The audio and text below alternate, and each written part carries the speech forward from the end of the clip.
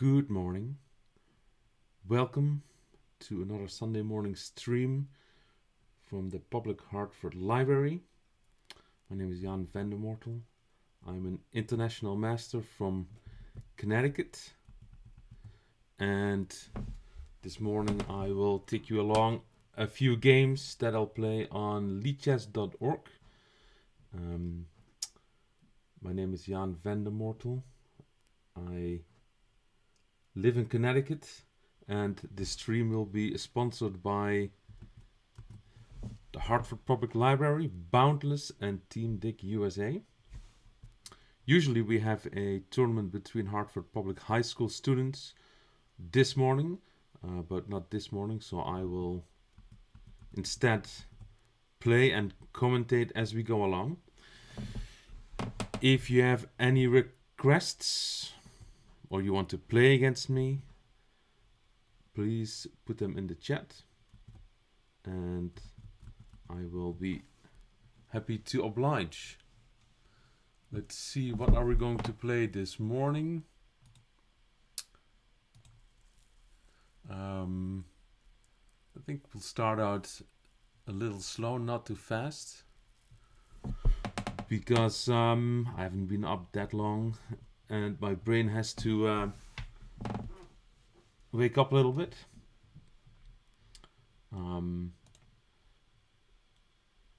Let's go to the 5-minute arena.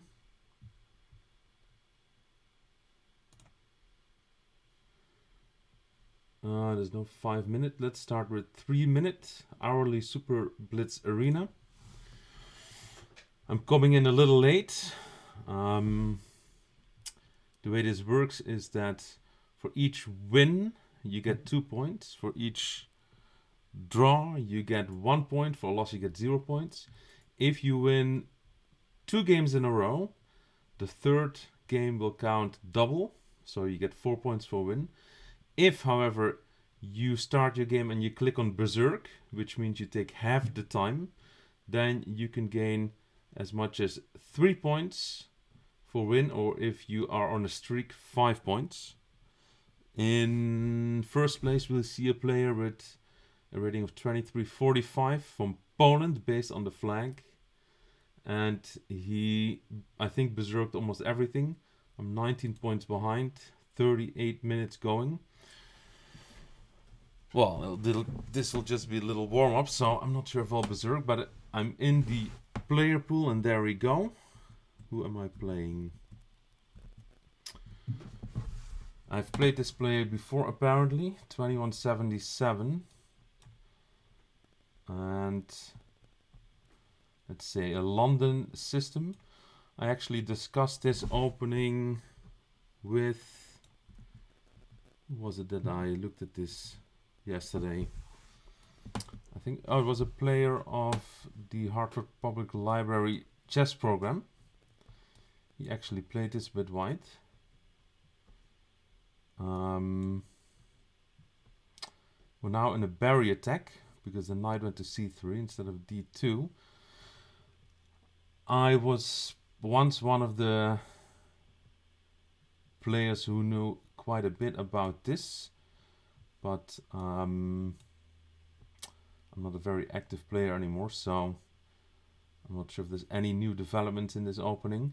One of the key ideas is to try to get the pawn to e5 with the pawn to f6, and to not give white this outpost on c5. You see his knight is already moving there. For now I can take it. Actually he misplayed it a little bit. He should have played knight a4 when my queen was still after my queen was coming to b6. If I remember all of this correctly. Maybe I don't. Let's see. So e5 is my plan. Alright, let's do it. If he takes, I'll pre-move taking back. He does not take, and now I need to... First, let's get my king out of this diagonal. I'm a little nervous. If you ever play c4, I just don't want my king to have to deal with any surprise checks. He might play b4, something like that, to reinforce this outpost on c5 for his knight.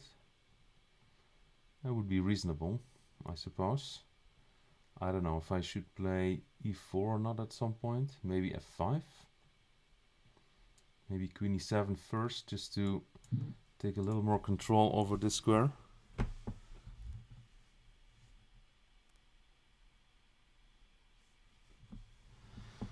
Rook c1.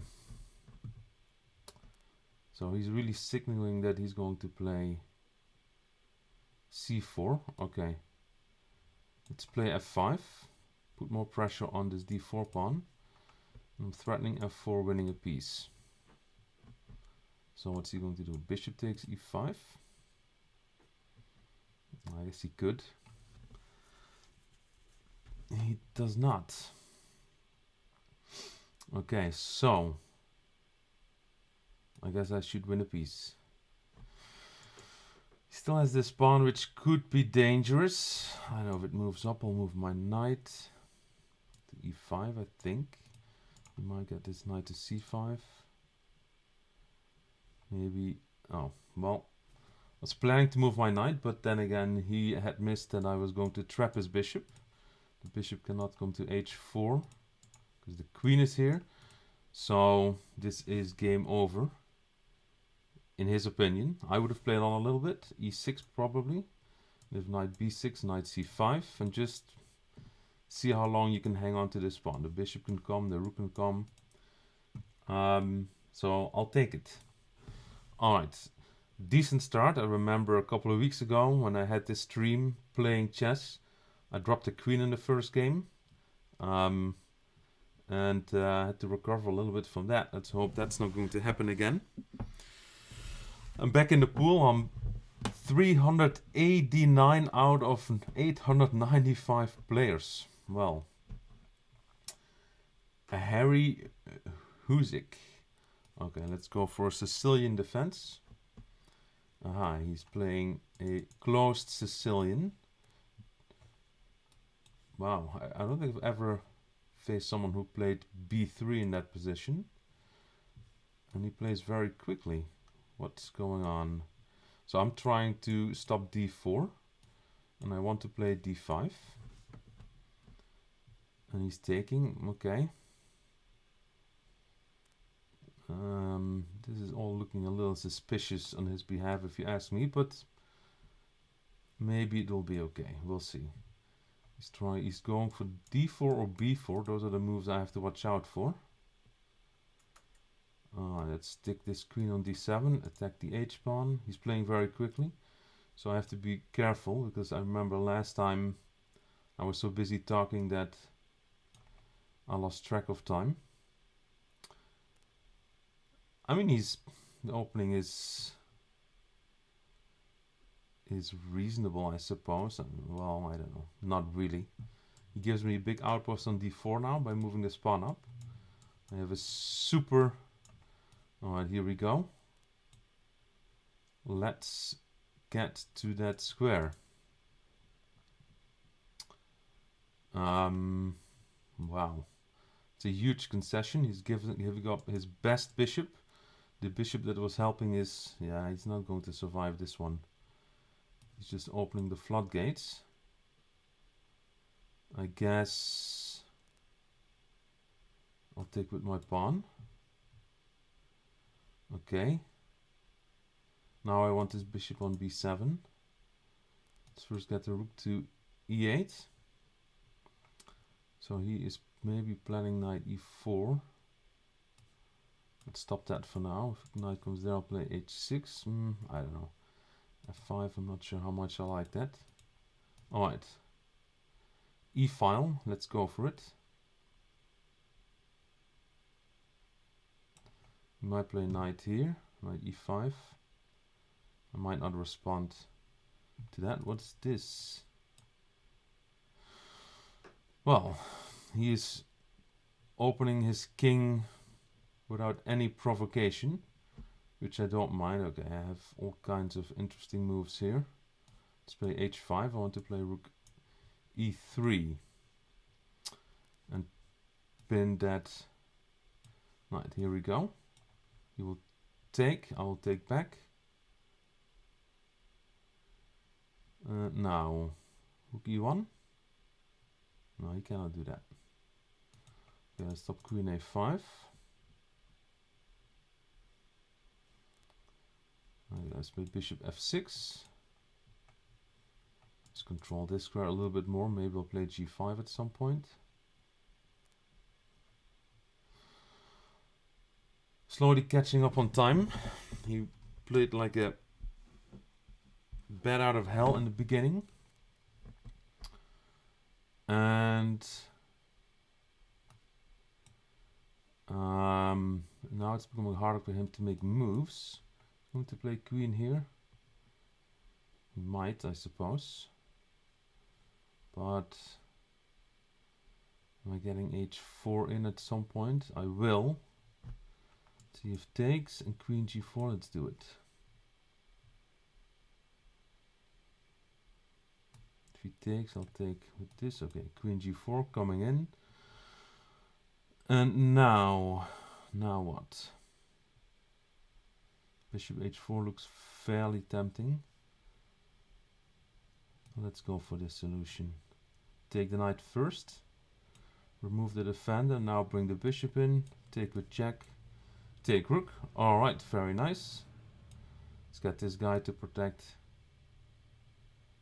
this pawn on c5. Solidify. Okay. Now bring my king. And this pawn will be the hero of the day. You'll put this pawn on a5, but I'm not going to care too much about that.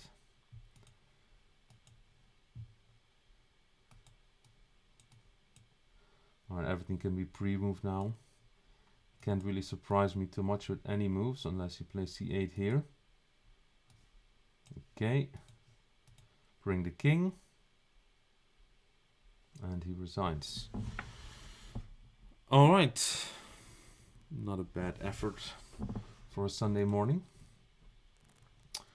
Opponent was very, very quick. But luckily...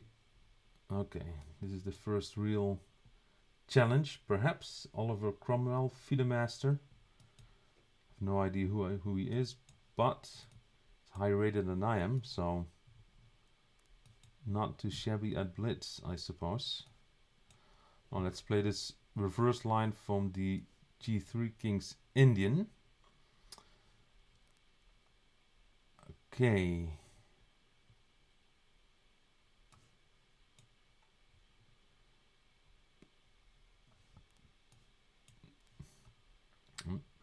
Sort of gearing up against e4. Line is maybe a bit dubious for white. Knight f5 is a big threat. Gotta stop that. Let's see. It's a tricky position. If I get stuck with these pieces here somehow, I might be in some serious trouble. He takes. That's interesting. So if I take, and he takes, and I take. Alright, let's see.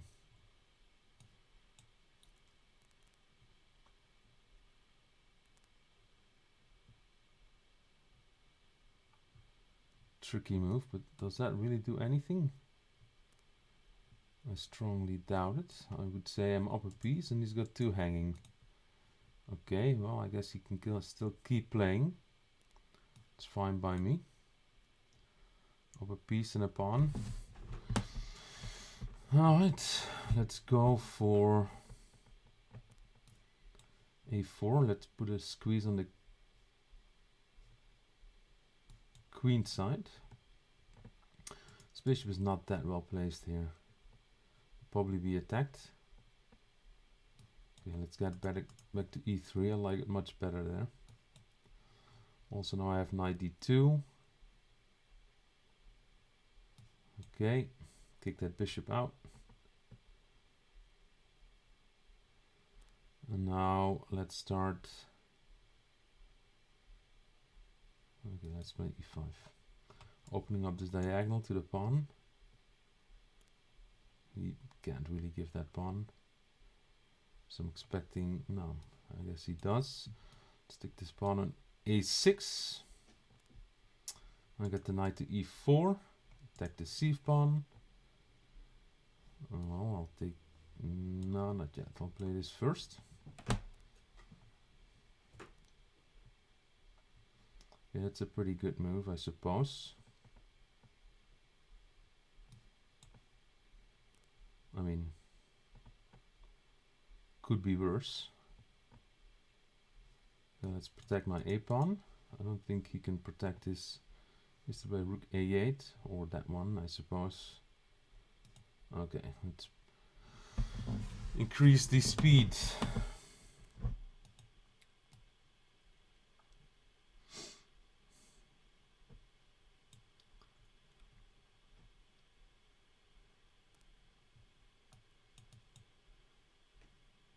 Knight c5 was winning. I'm not really paying that much attention.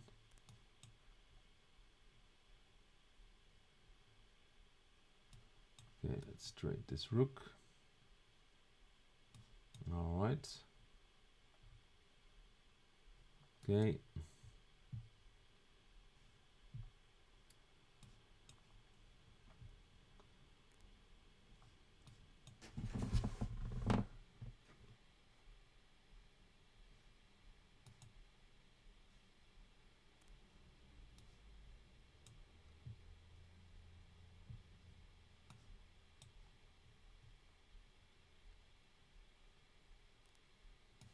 I mean, I have enough pawns, you would think.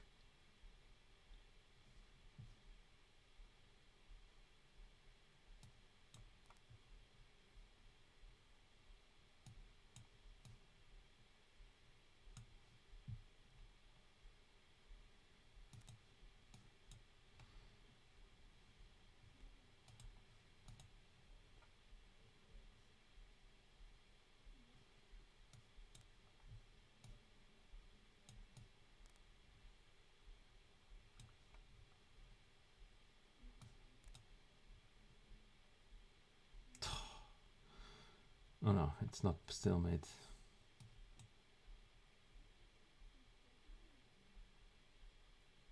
If he ever takes the knight, how long is it going to last? Not yet, hmm?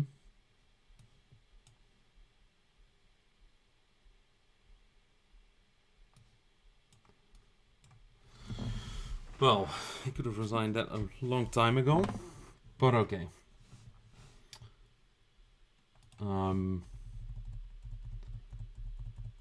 So he made a big mistake early on. This is actually all fine. 97 is not great because I'll play e4 anyway. And this is a big mistake because if the knight e4, I'm attacking the queen and the knight. He has to take because I have 1, 2, 3 attackers, only 2 defenders.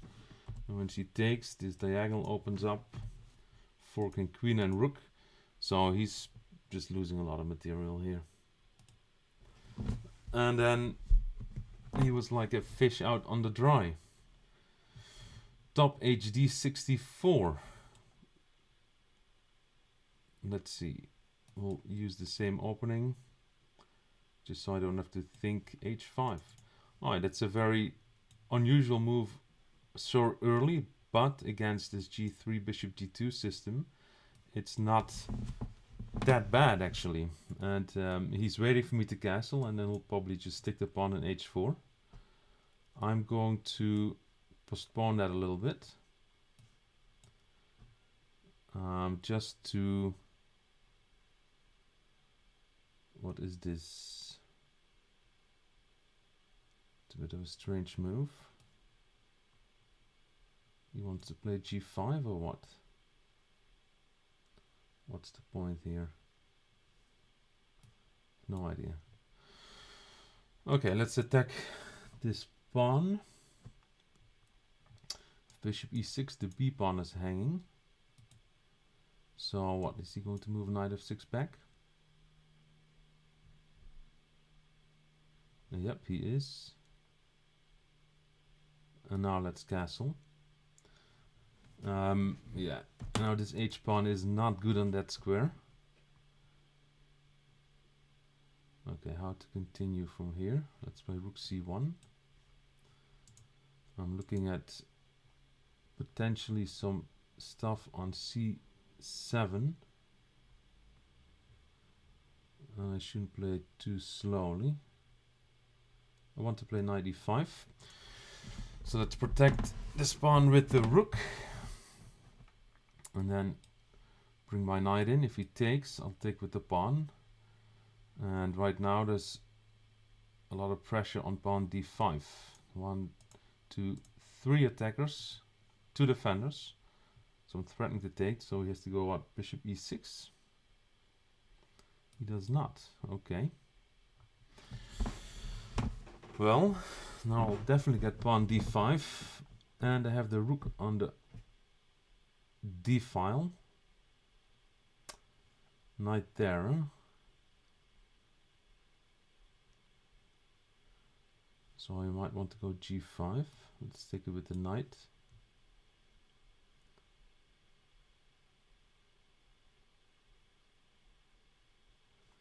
Threatening knight f6, maybe knight c7. Bishop g5. Really?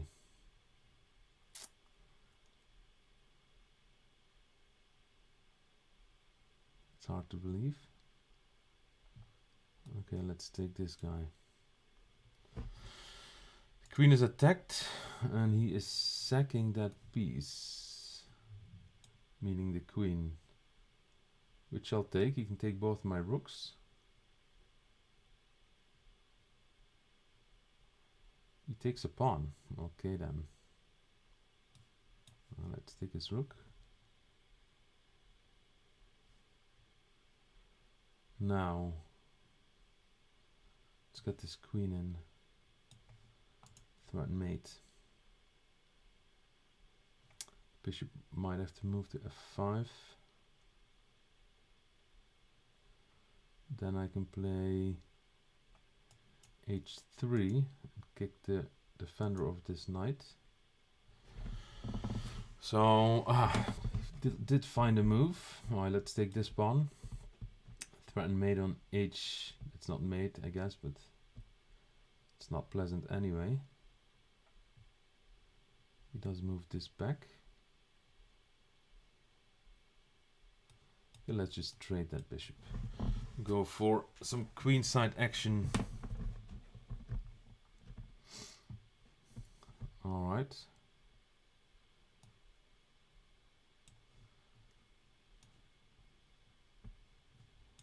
Shall I dive in now? Yeah, let's go in right now.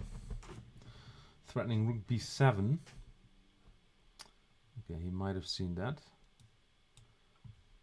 Let's threaten rook b7 again. He did see that as well. Let's give a check and let's fork rook and bishop.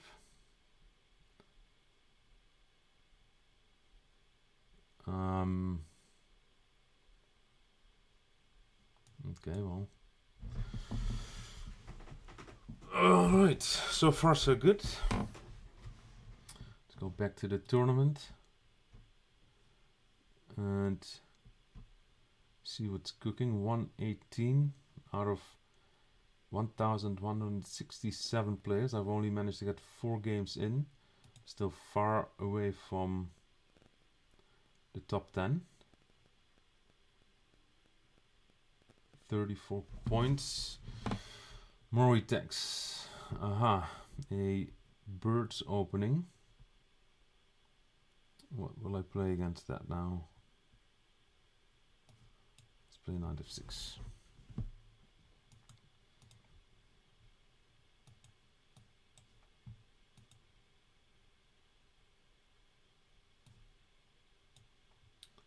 Now we're in a close Sicilian.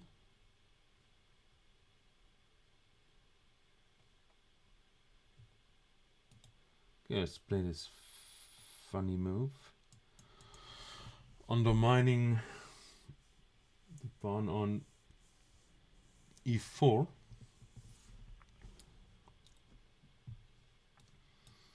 Okay. So I get 2 central pawns, which is very nice long term, but you also get to have open files, which is very nice to put pressure on.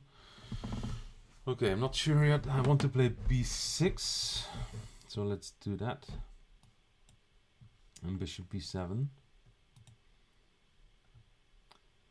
Should I have worried about that move? Maybe I should have worried about that move. Okay, let's play f5. Not particularly happy with this, but okay. What are you going to do?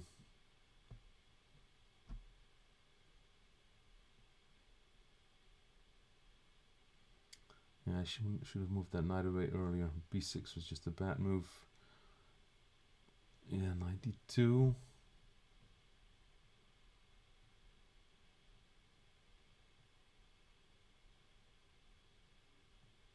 Okay, let's take it. It's getting very tricky now. You can win an exchange. You play bishop e6, c6, which might not be a bad move, I suppose. And then knight e6. Okay. Let's put some pressure on that. Will he take my bishop or not? He does not. Alright, so I will get some compensation here.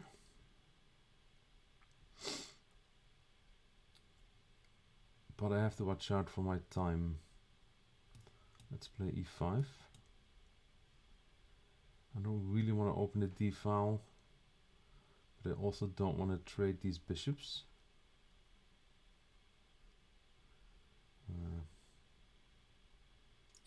It's a bit dubious what's happening here.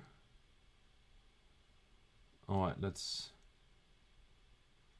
not waste any time. Okay, let's stick my bishop on a8. He's going to play queen d5. He might. That's a bit annoying. So let's stick the king on h8.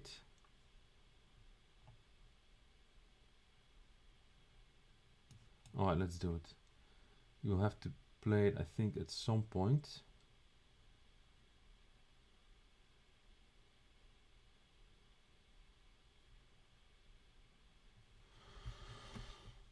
Alright, I'm not threatening mate, but it is very unpleasant, so he does this anyway. Okay, let's play it positionally and try to close the position.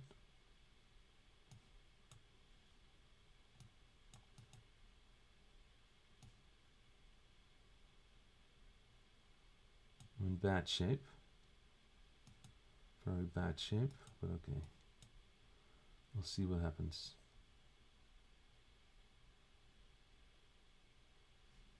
Trying to play against g4. Okay, let's keep doing that.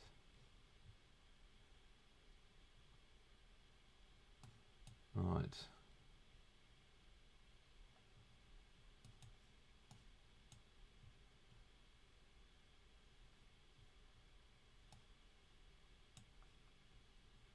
Stop rook e8.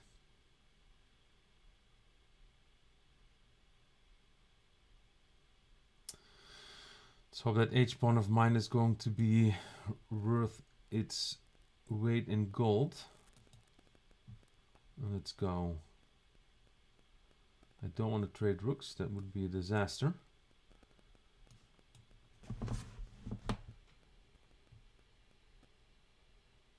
Okay. Do I play g5 or not? Let's not play g5.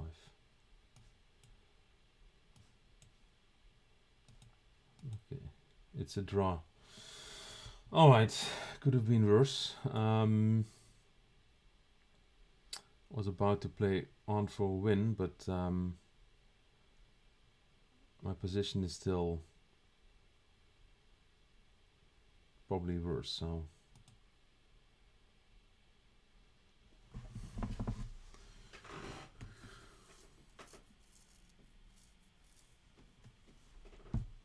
All right.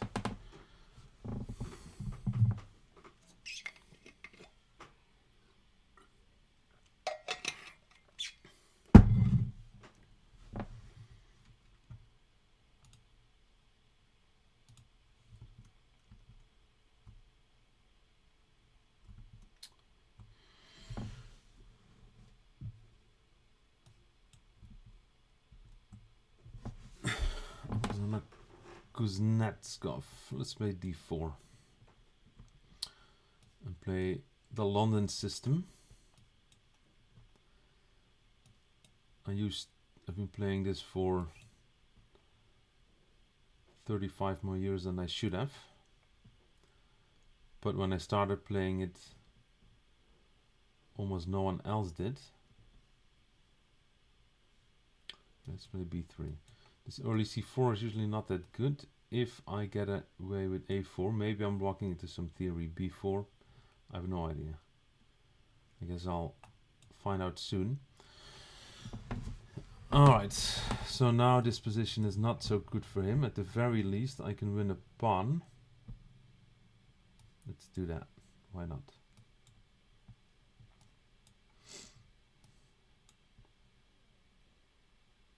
And he resigns. Alright. That was easy. Yeah.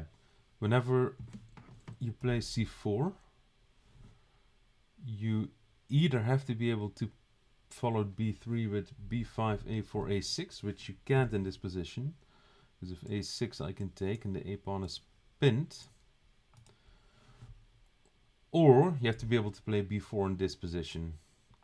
For example, if I take, you take, and things get pretty complicated with these pawns. But this definitely doesn't work because I take on d6 and I win the pawn. And okay, he should play this position on no matter who I am, I think.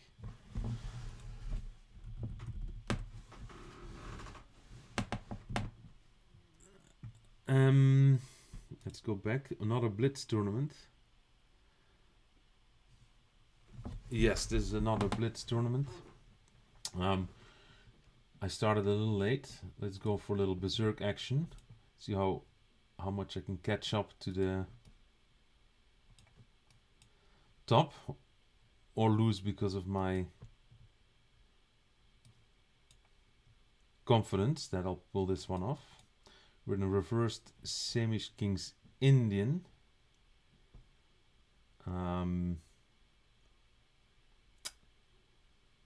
Which is a very sharp opening. Okay, he has to take c takes if he wants anything. Now he has to play a5 to stop b4. He didn't, and now he should be in trouble. Because I get fairly easy play on the king's side, queen's side. Okay, let's just put my pieces on decent squares and I'll just see what's happening next. Alright, here we go. He's going on the king's side, I'll go on the queen side. Let's keep going.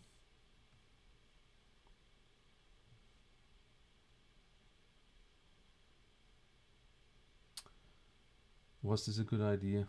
We'll never know. Maybe not. Let's play knight e4. Can I do that? Let's play a4 and bishop a3. Can he take on c5? I suppose he could and play b6.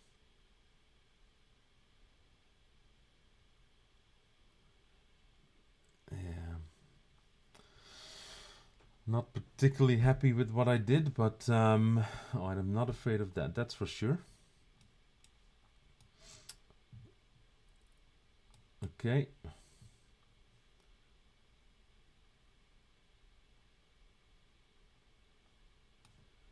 Yeah, there's just nothing for him to get on the king side. My king is safe for now.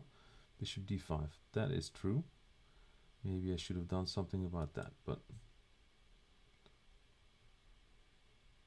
the king on f7 is not that great. Okay, obviously I missed that move. Maybe I didn't. We'll find out. Let's see. Now things get very interesting. Sacking a queen, but I'm getting some stuff. Definitely getting some stuff now. A little discovery. And then it is just a matter of time. Let's see where that king is going to go. Let's see where the rook is going to go. c8, I'll fork it. Well, that's dropping a rook. 22 seconds. Just stalemate is the one thing I don't want.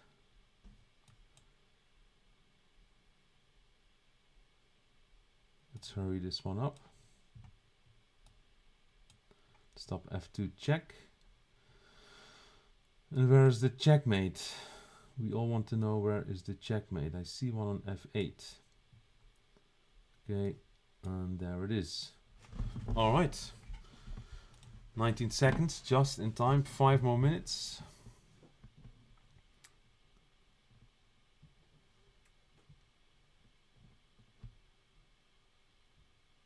Who is next? In a 3-minute game, that should be enough for one game. I'm now on a streak again. So, let's go for 5 points and berserk this game. Okay, we're going into a Marochi bind, which I know quite well, as does my opponent apparently, because he's playing very quickly. In fact, he's about playing as fast as I am. That's not nice. If I can't even gain any time advantage here, where am I going to get it? Well, let's go into an endgame. Just because I like endgames, I suppose. Alright.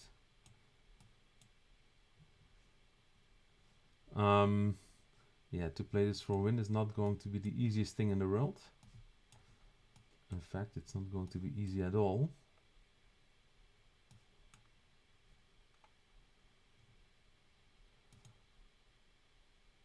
But I can pull off quite a few moves very quickly.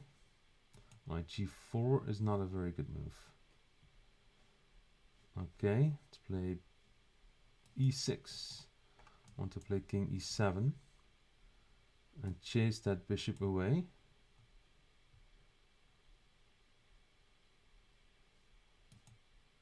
Alright, and get my knight to c8. Shall we try the trick? No, it's going to a king c4. So I have to do this first. And alright, this is going quite well for now. Now my knight needs to come to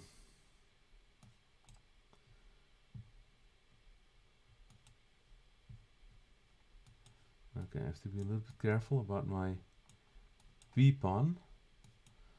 And now my knight can come in. h4 is a threat. Okay, let's take the first pawn. And then h2 is hanging. Might play bishop g8 just for spite. Does not. Then I'll pack man along. Okay. Keep that king out.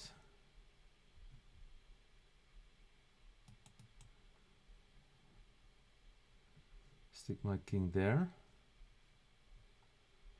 And actually let's try to go the other way.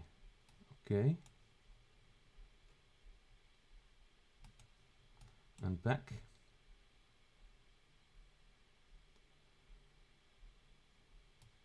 And take. And resigns. Just in time.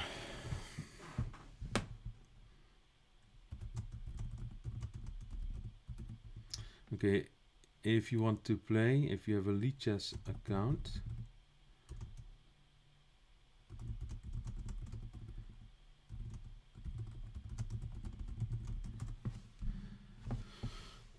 If you want to play me, you can. Anyone can play me. I'm not going to play game 30, I can tell you that much. But if you want to play some Blitz or some Bullet, I just finished the tournament, the warm-up tournament, so to speak. And if you want to play me, you can shoot me a message on Lead Chess. It's le plus M is my username. And or you can send me a challenge. And I believe there's a bit of a delay in the live stream, so if you want to listen to me talking about the game and decide what you are going to move based on what I'm saying, then it's going to cost you a few seconds. But you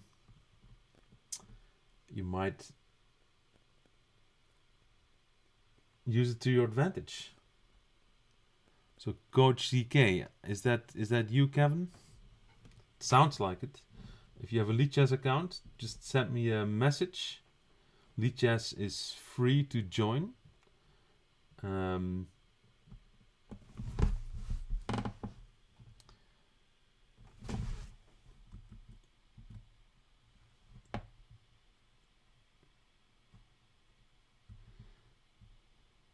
Okay, do you want to play? Coach ZK.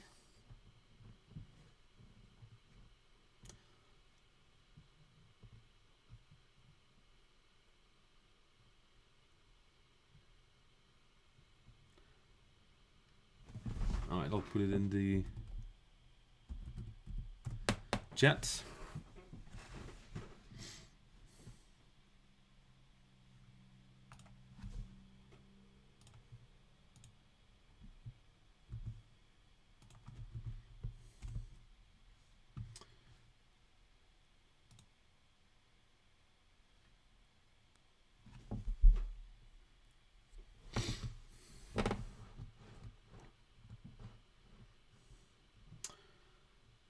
Anything up to game 10 is fine, or something like game 5 and an increment. You can also choose whether you want to play rated or casual. If you want to play a variant, I might be even up for that. A variant is different forms of chess. And let's see, if I go to the lobby, I can probably show it to you more easily if it's on screen. Let's see, is this captured? Yes. So the standard, which is just like the game as we know it for the past 500 years. There's Chess 960, where the starting lineup gets scrambled at random. Crazy House is one player bug house, so if you capture a piece, it switches color and you can use it in to put it on the board in the rest of the game. There's King of the Hill, which I'm not sure what that is actually. Bring your king to the center to win the game. Okay, so if you bring your king to one of the central squares, you win. 3-check is whoever checks the king 3 times first wins. Anti-chess is whoever loses their pieces first. Atomic is when if you capture something, all the squares around it explode. Horde. Destroy the horde to win. I believe it's like 30 or 40 pawns against a regular army. Racing Kings, whoever gets the king to the 8th rank or to the bottom opposing rank first wins. I have only set it for Chess 960 in standard, but we can play the others as well. I have to tell you, I'm extremely bad at anti-chess, so I might not do that.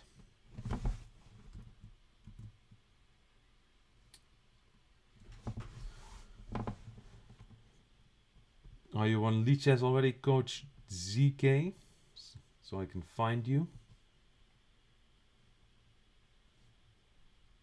Yeah.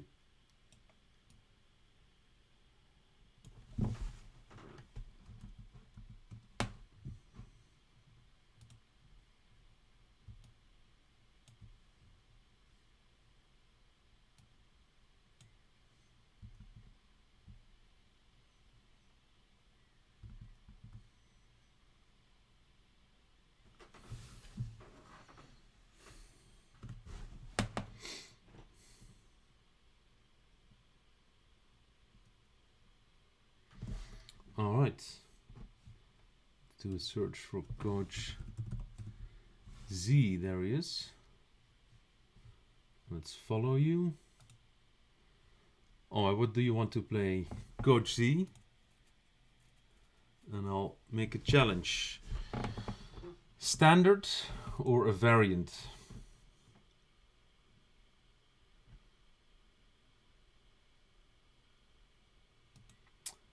Time control. Casual or rated, and then color.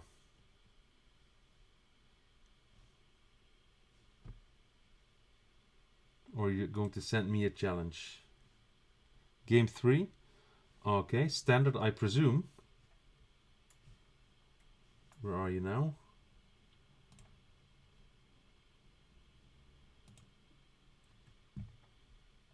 Real time. Game 3, 0. Casual.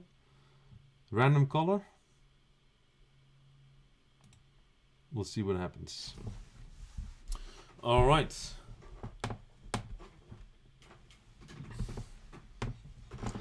Coach Z, here we go. I just want to make sure my screen is looking okay. Sicilian Defense.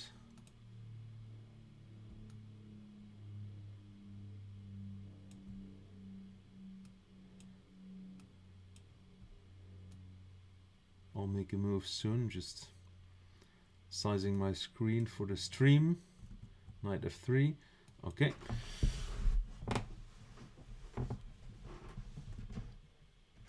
What will it be? It will be a c3 Sicilian. Okay, I'll play knight f6. I'm attacking the pawn, but I'm not taking it because right now there's a queen a4 check. Double attack, catching my knight. Aha, so now I could take the pawn. But what's this bishop going to do? Is there a bishop f7? I don't think so. Alright, I want to see it. I want to see the goods. Okay. Alright, let's first block this diagonal. I really don't like that. Let's put some more reinforcements on the diagonal. The e-file is open, so I have to make sure everything is super solid. Let's develop the knight. So knight e5 can be taken. And then I need to get castled. Right, there it is. Anyway. Well, I said I would take it, so I guess I will. And now, am I threatening to lose a piece? Let's play c4.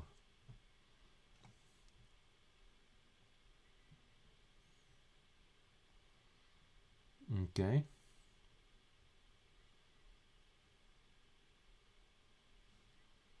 All right. f5. And then take with the knight. Now this bishop is pretty good. And he's pinning my knight, so I have to deal with that. If he takes, I take back. Check, g6 is possible. And he is going to try to break down my center. Not a bad move. Okay, I'll take it. And castle. Now maybe there's a queen d3 coming with some threats against h7. There it is. So I have to block that. And I have to start thinking about my time a little bit. Okay, let's play knight e4. Discovered on g5. If he takes, which he probably will, I will recapture.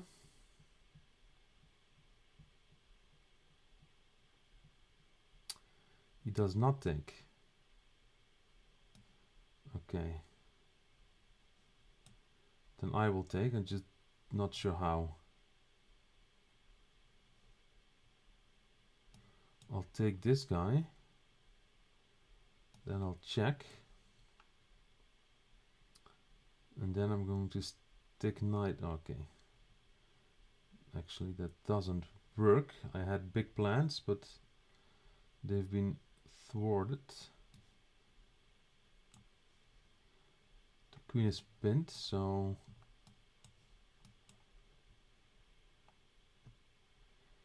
I guess just taking another pawn will have to do. Getting my king out of the open file. I'm attacking this knight. I'm attacking your knight, Coach Z. I'm attacking it. You better make sure I don't get it. Uh-oh. I'm getting it. Yeah, that was a little bit of a lucky thing. H5 is not a bad move, by the way. Okay, let's try to block this diagonal, and H5 could be a bit of an annoying move. If I take, he would take, and then he has a pass G-pawn. So let's neutralize that diagonal. And if he has rook f6, well, he could, but I'm not too afraid about that. I'll go after his bishop next with rook a2. Finally catching up on time. Okay. The bishop is running out of space. Now I could play this and force a rook trade. Okay, let's just do that. Or win the bishop. And then we'll start walking my friends. A stalemate is the only danger. If I queen, the king isn't stalemate, but he has two pawns on the board that he can still move. So I'm just in time for a checkmate. Okay, coach, you want to quickly look at the game, or do you want to go to a rematch at once?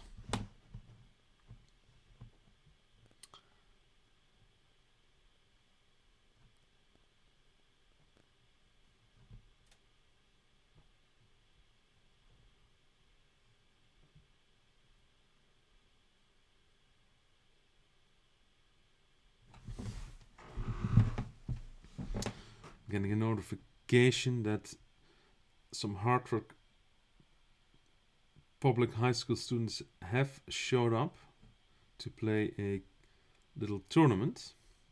So I'm going to check in on that shortly.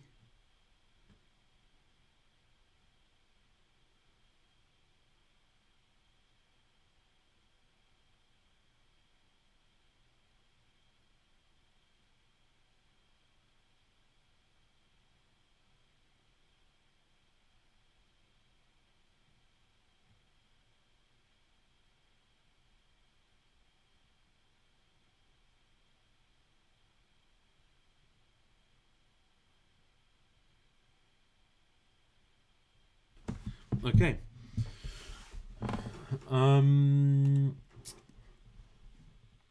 Analysis board. Now the one thing I have to figure out is how I don't automatically get to see the evaluation. Let's see, what can you see on the stream when I click on this? Everything? Yes. Right, this is one of my favorite features of Lichess compared to some other unnamed chess sites. It's really geared nicely for streaming, because the moment I get a different layout, now the analysis board, it automatically sort of fits to my stream.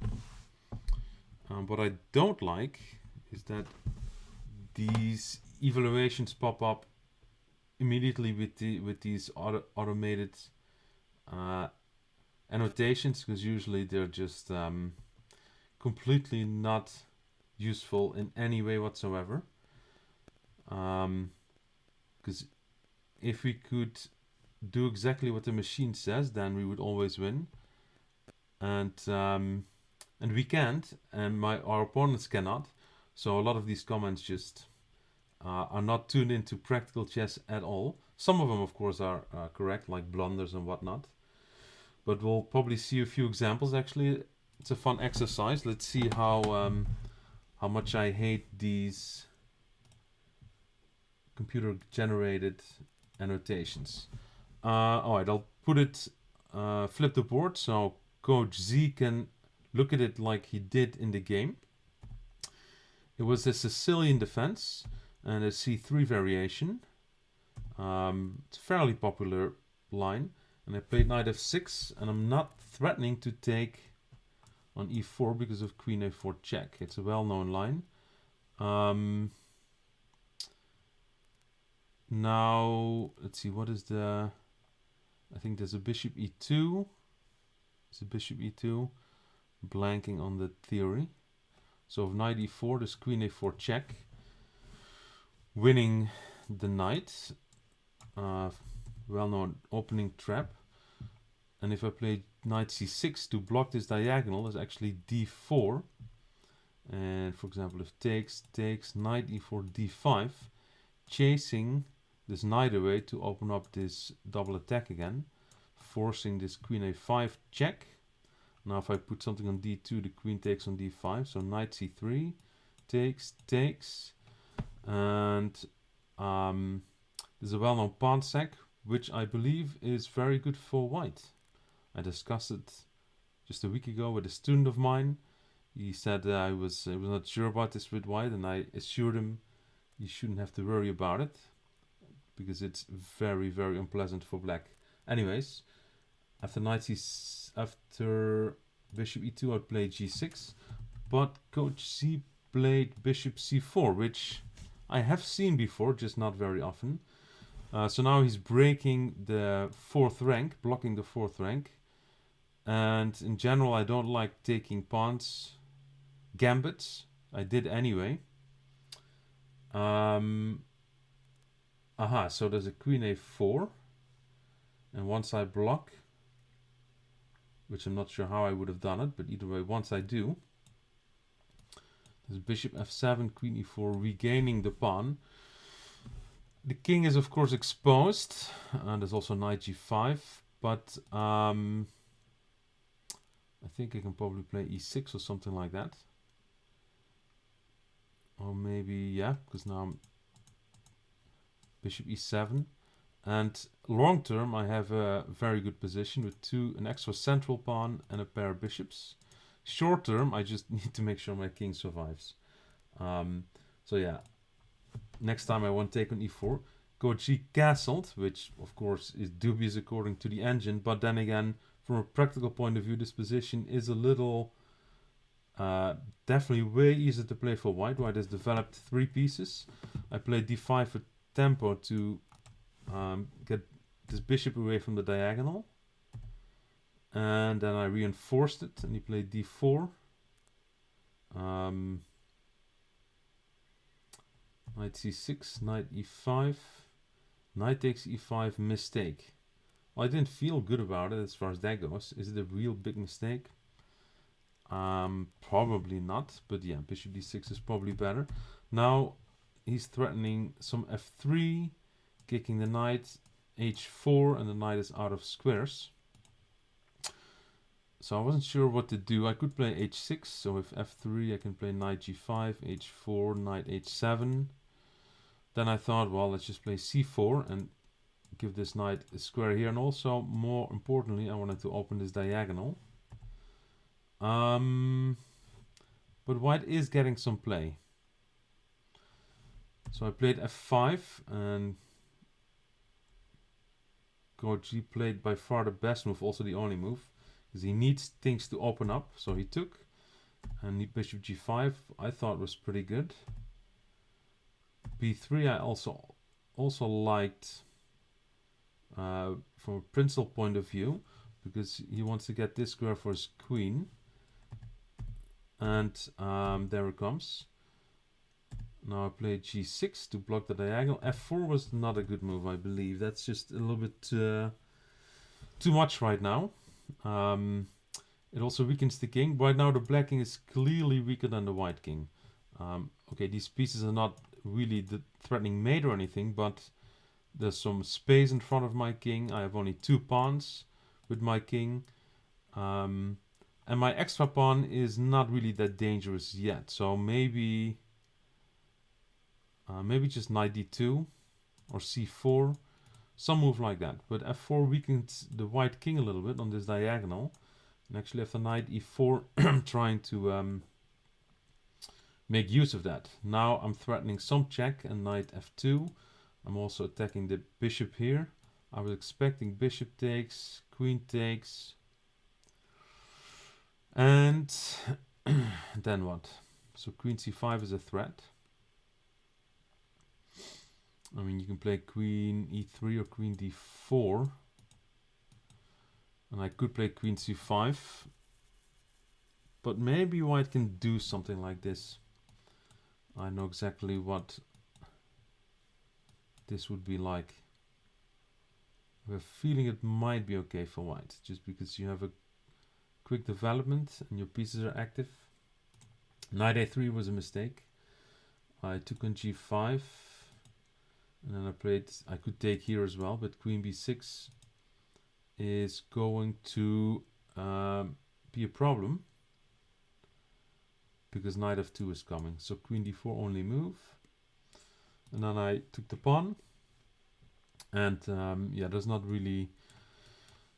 He would like to do this and then get his queen in and checkmate me. But the problem is the queen is pinned and there's no way for white to avoid trading queens. So he did it immediately. And in the process, I think the problem is that the knight is now cannot go to b5. It's pinned by the rook. So this is a bit of a problem. Maybe rook f1 is still okay. And now knight... I was thinking knight b1. Okay, I would just take and have a very good position. Apparently rook f3 is better to attack my knight. Yeah, black is still winning. I can check here and take, or I take immediately. I'm not sure which one I would do. Something like this. I'm essentially 2 pawns up, and I have 2 connected passed pawns in the center. So long term, this is just not something white is going to survive. So it was actually a pretty good game. Well, knight a3 was there was no comeback after that. f4 was a bit risky, just opening this diagonal, and that's basically what cost Coach C the game. I'm going to pivot to chess.com, and I'm going to see what's happening there. See what any players are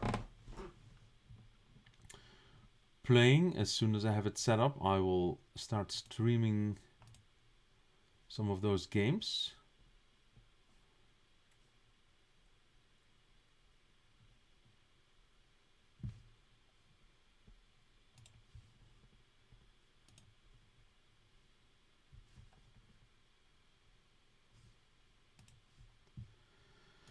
Okay, are they playing yet? Not yet, but I see a bunch of players there. So, okay.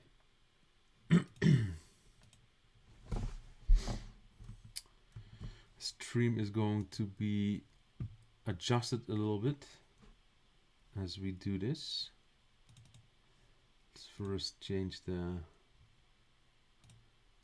Alright, now we're at chess.com. Adjust the layout.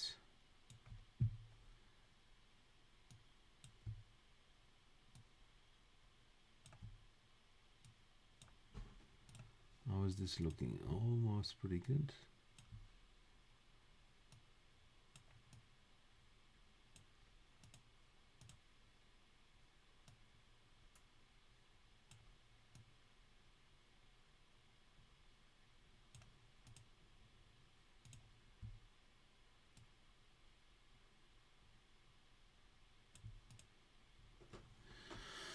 All right, there's that. Now let's see if there are any standings for the tournament. List of participants. Yes, they already have started. Okay, where are my standings? They're here. 4 players. They just finished first game. And let's see if they are starting the next game. Not yet.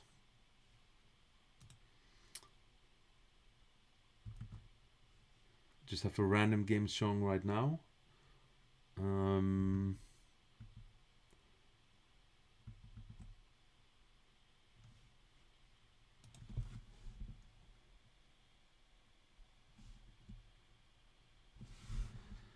Thank you, Coach Z. And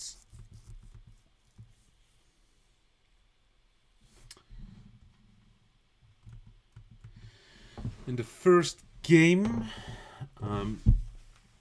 Javius and Jizayan won their games against Jishan and Ningozi. I believe the Jays are brothers from the same household. They've been very active in the Hartford Library chess program,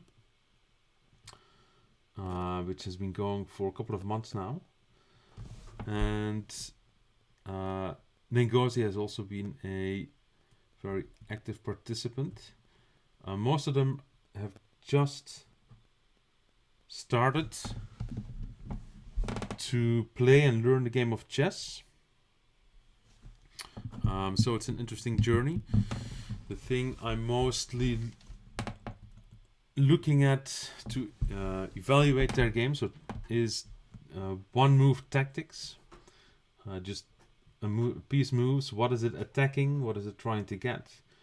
Is there a check? Is there a checkmate? When a capture, is there a recapture? Trying to play as well as possible on a one ply basis. So one ply is more computer term where when an engine is calculating the number of plies, it's basically just one move for one side. So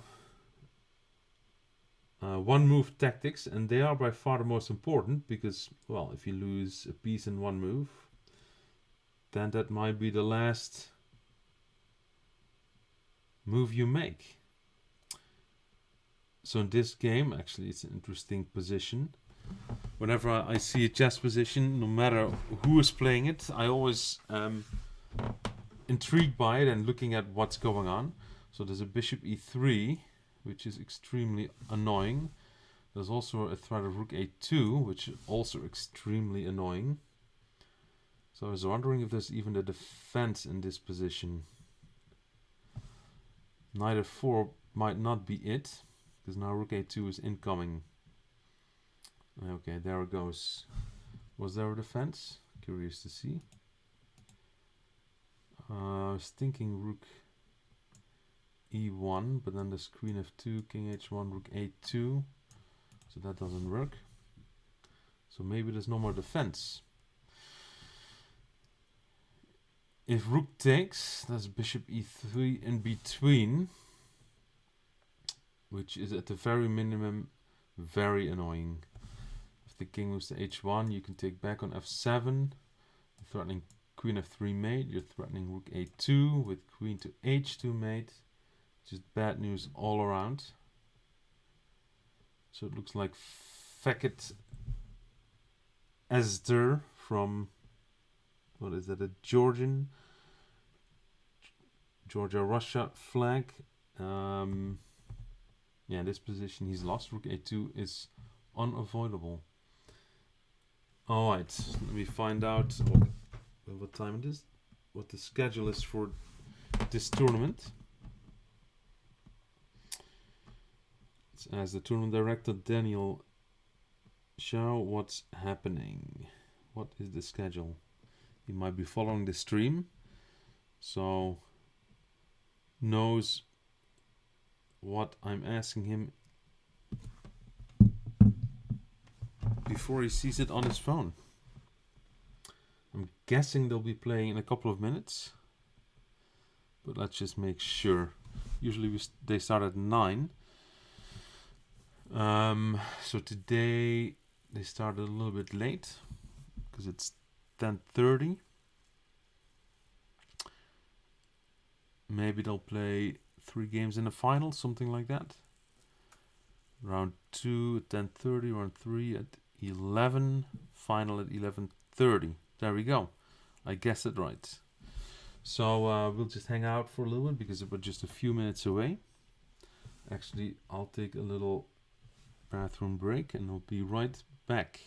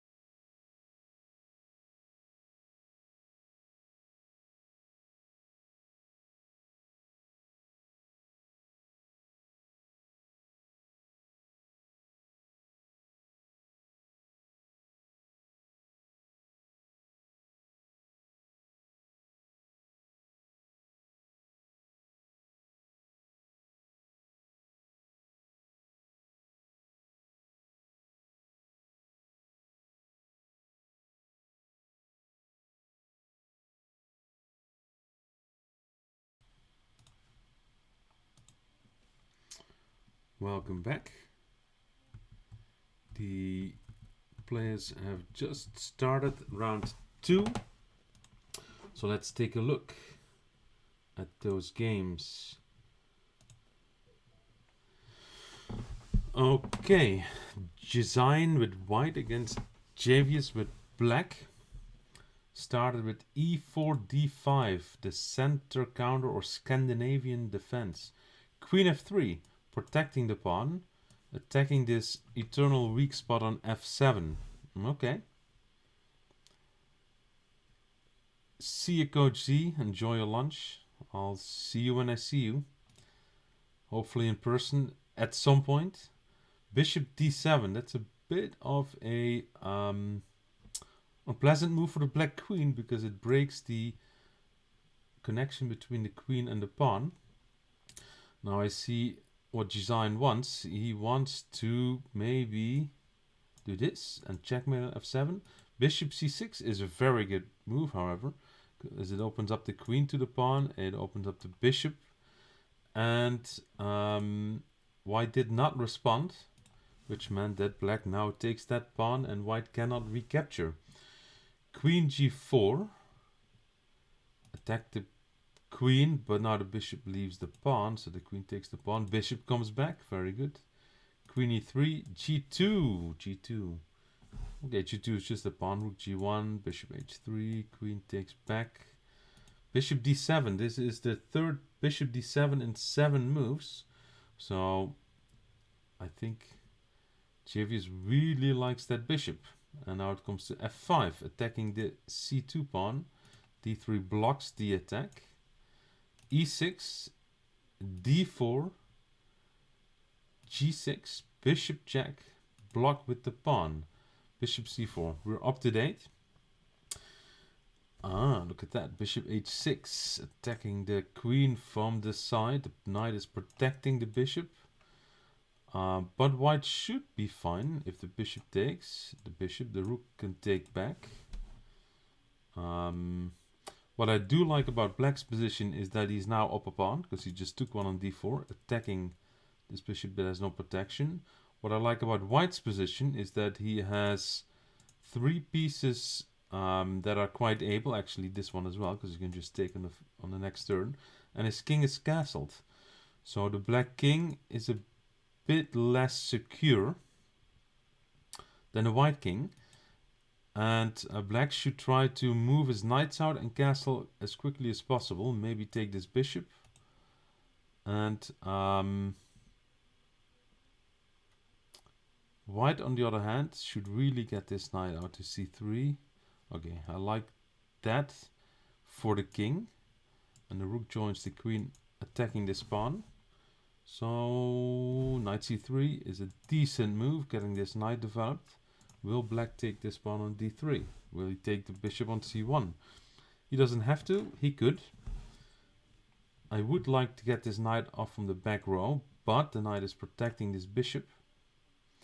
So it's sort of busy doing its duty. I can't just move away. Okay, now it should do its duty and retake. Yep, very good. Queen e8, rook d7, rook d1. They're playing pretty quickly. For having 8 minutes on the clock, they're playing like their life depends on it. Alright, so black has shifted the battery around. Now it's a rook in front of a queen. And white is attacking this knight, and black is not defending against it. That means that white could have taken it. White does not. Okay, let's go to the other game briefly and see what's cooking. Jay Sean with white against Ngozi. There's a lot going on. In this left top corner, the rook on a8 is no longer, and the bishop on a8 is there. There's a knight on a7, a bishop on a5, which was just taken with check. That's good for white, for black. But white is up a rook and 2 pawns still. But the white king has to be a little bit careful because it is under assault on these 2 diagonals. Uh-oh, I see a knight fork. Knight forking the king and queen would be a bit of an issue for the black queen. Oh, I doesn't see it yet. So that gives black a chance to defend against it either on purpose or by accident. That means either the king or the queen would have to move away. At this point I'm not sure what I would do. Maybe take the pawn. That would be grabbing a pawn and making sure you're not losing a queen. Knight e4 is a very good idea because it put pressure on this pinned knight. But knight c6 is still a major issue, and there it is. Okay, that might quickly shift the momentum in this game. The king will have to move. And if white sees that he can take the queen, white is in good shape. Let's see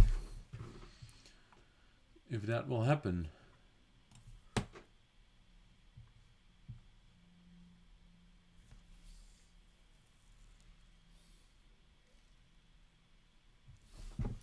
And it did.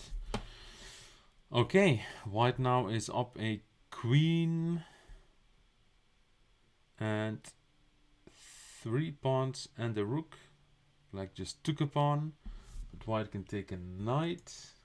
Black can take a bishop, white can take a bishop, white can take a bishop. A lot is going on.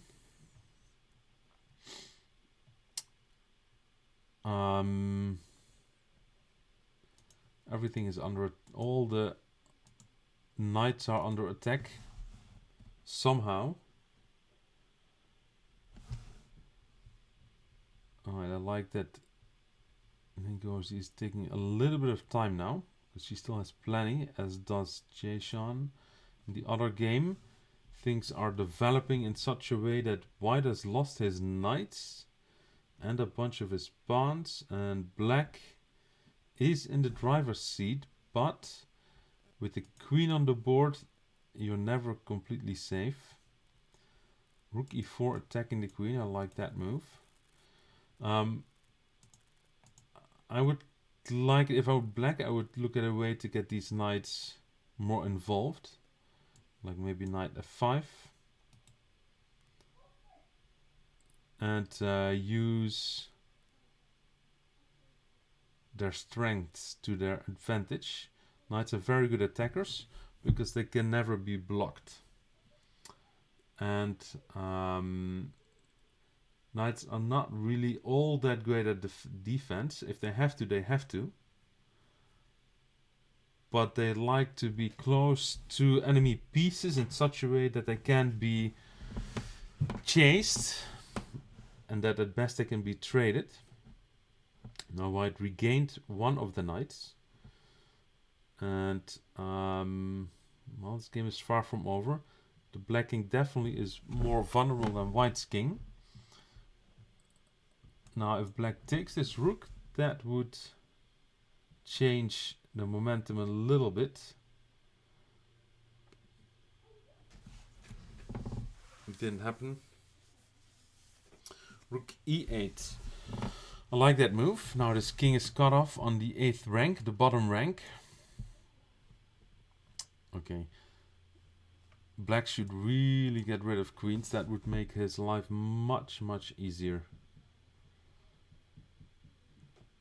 Because his king is the one that only has one escape square available. For example, if this queen could somehow get to b8 or c8, it could be a problem. But both of them really like their queens. That's for sure. Attacking the knight, and the knight moves. And now things get a little hairy for the white king. The knight and the queen are both attacking this f-pawn, still defended. But the knight is getting close to the white king. If black finds a way to the bottom rank... Okay, knight f2 is sacking the knight.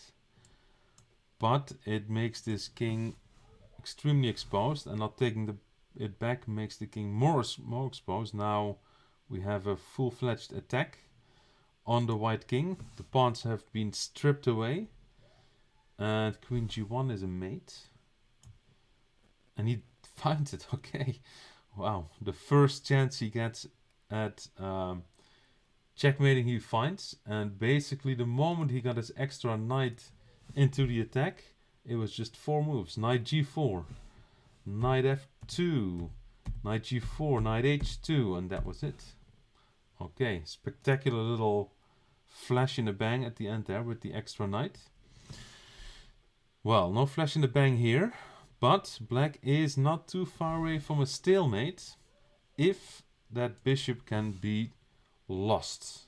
It can't, and white moved in for a 2-rook checkmate. All right. Let's see, what does that do for the standings?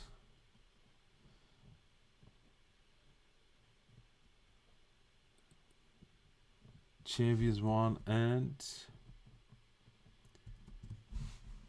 Sean won. So Javius will be in the lead with 2 wins. And his 2 brothers are 1 point behind. The next round will be in 15 minutes. Let's take a quick look at this game. And let's look at just one move, attacks and defenses. So far so good. So far so good. So far so good. Oh, that's a 1 move problem for the pawn. So black should not play pawn to b5. And white can take it, and white did take it. So now black has to defend against bishop c6. And has to protect the knight, because the knight cannot move because it's pinned to the king. Now, the best move for sure is bishop d7, which protects the knight and also puts something in between the bishop and the king, so the knight can move again. So bishop d7 would solve black's problems, but there's not many other moves that do solve the problems. a6 did not solve the problem, so that's a 1 move problem, and now you cannot avoid this bishop taking the rook. But you can still try to play the best move. It's not a 1 move issue, but if you block with the bishop, you open up the queen to protect the rook. After king e7, now white takes the rook. Alright, so that bishop did a bit of a number. It took on b5, it took on c6, it took on a8. And let's see. Knight here, c6 could be taken. Knight a7 is actually a very nice move, because now the knight is definitely going to be able to take it, and here is a chance to do that. So black should defend against that. Probably bishop d7 again, protecting that pawn with the bishop. White misses this and misses that the bishop is not protected, or that the bishop was attacked. And now white has to defend, blocks, move up. And knight c6 was found, as was knight a5, and that really is probably going to be decisive. d4, I like the move, because you have almost nothing going, so you might as well try anything to go at the white king. Just 2 more moves and it's checkmate. Okay. Okay. Alright. Not a bad move, but yeah, it's probably the best move actually. Maybe you can gamble and see if white defends against pawn takes pawn checkmate. But this pin is technically the best move. The problem is white is up so much material that it doesn't really threaten great harm to white. So let's see how he finished this game off. I see. Okay. Decent win by white. He, with just a few exceptions, took everything that he could. 14 minutes. I suppose I will just play a quick game on chess.com. I don't know how it's going to look on the stream. Let's make it a 3-minute game. And let's see if I have to resize things a little bit. No, alright. Let's see. Who am I playing? Ogren Rom Chess. It's a Sicilian Defense. And he's delaying d4. He might play e5, but no, he just wanted to avoid some line. Which line was that he was trying to avoid? He's going into the queen d4 line, which is interesting. Stopping bishop b5, preparing for knight c6. Okay. Aha, he's actually preventing the dragon. Okay, well, I guess then I will not play the dragon. Dragon is with g6, but then he would have taken and ruined my pawn structure. So now I'm playing something I'm actually completely not very well versed in. It's Sicilian with e6, but I'll do my best. Queen c7 is a move that I see a lot of people play. And takes. Okay. Alright. I'll sack this pawn. I'll just play it like that. He doesn't want to take the pawn. Okay. Let's get this king to the queen side. How about that? I'm not too comfortable castling the king side here, because all these pawns are coming down in rapid fashion. So let's just do that. Now play g6. I don't want him to lure my f pawn away from the protection of e6. Really? I don't think I'm particularly scared of this situation. Alright, let's stick the knight on e5. This g-pawn, if I ever go to an endgame, the g-pawn is going to be very unpleasant to deal with, because it just needs protection by a piece. He's moving the queen. Okay, so he's attacking the f-pawn. Let's protect that. This bishop on e7 is a very, very, very pleasant piece. Okay, let's get the king out of this diagonal, just in case. Just keep on allowing him to take there. For now, he doesn't want it. And if he doesn't want it, maybe we'll stick the knight to c4 at some point. Okay. Now I'm going to try to attack him. Aha, he really does not like that knight there. Okay, then we'll retreat once. Let's see what he does. And I'll play rook c8. Okay. You go f4. Yeah. Maybe I didn't play this all that well. Okay, knight c4 anyway. He'll take. And I'll take back. And what will he do? f5. He will trade queens. Bit of a surprise, I suppose.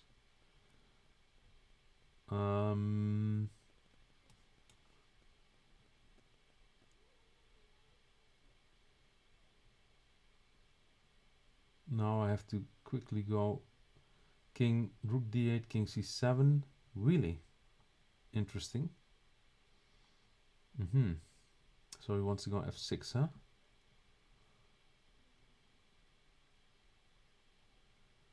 Alright, that's, I guess, not all that bad. What to do about this?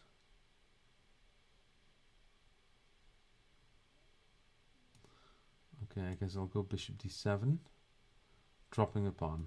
Nice. This is going really well. But for the endgame, I'm still not that concerned, because that g-pawn will stay very juicy target in not too long. Okay. He's going to second exchange. I don't know. He does not. Now my bishop gets to go to e5. I like that a lot. And then I want to trade rooks. And then I want to attack the g-pawn. And I want to play fast enough. Alright. Okay. I don't see what the knight is going to do on g4. Maybe he'll come to d3.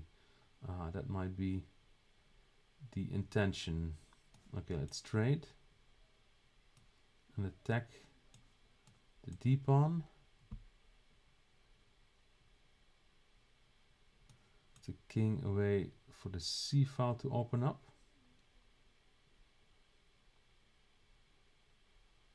I should have put it on.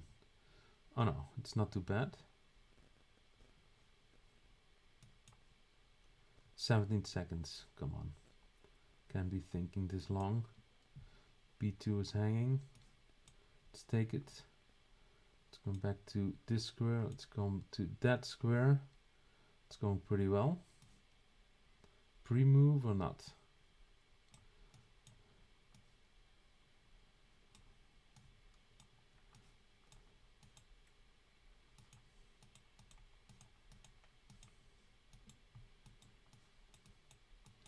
Let's just take everything.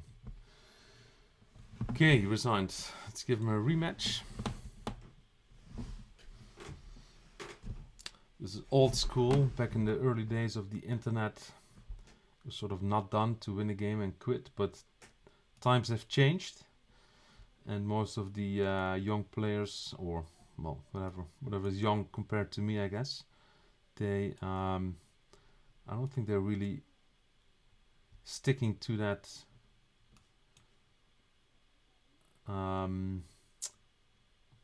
etiquette anymore.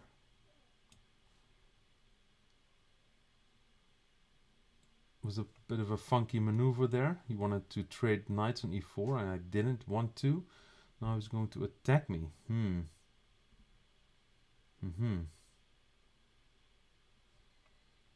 Okay. I want to trade queens.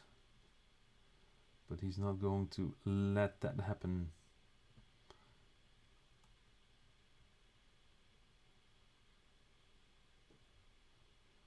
Okay. Will he trade queens? I doubt it. Let's play f4 and make sure he doesn't play f4.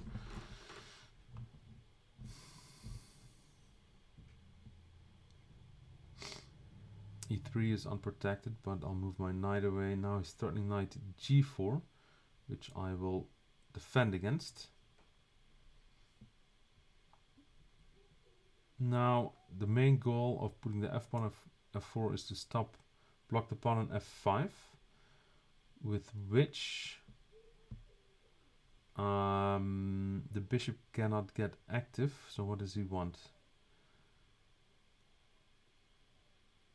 If he takes, I can take back, so I'm fine. Okay, let's just see what he's going to do on f4. I'm guessing he's going to take it. Knight h5. He's putting a lot of pressure. He's attacking g2. Okay, I might have underestimated that a little bit. It's a bit annoying. Just a little bit. Alright, let's take my knight here first. Okay, you can play bishop d8, I guess.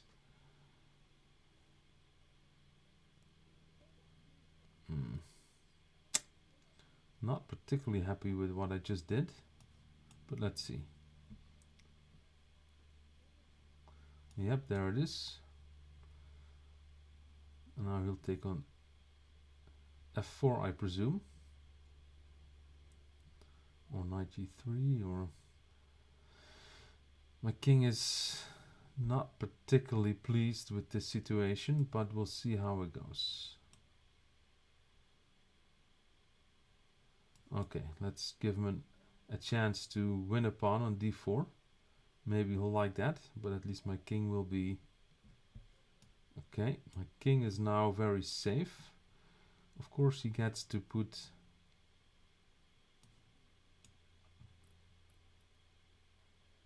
the pawn at c5, so it looks like he's got a solid extra pawn, which he does. There's no denying that, but I'll try to just play for some activity.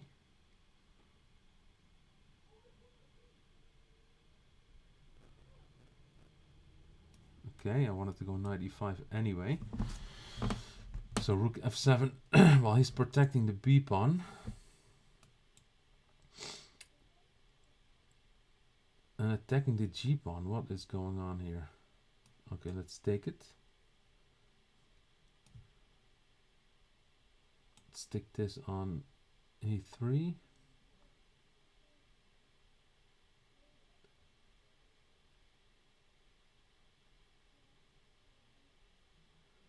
Maybe I should protect g3.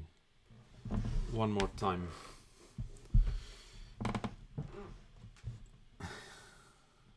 Alright, he's attacking g3. Then I'll protect g3.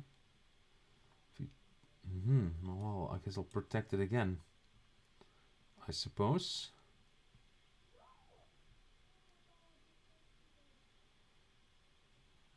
Is that going to work? I doubt it. Okay, that was collapse. He just dropped a whole bunch of pieces. Alright, let's see how the tournament is going.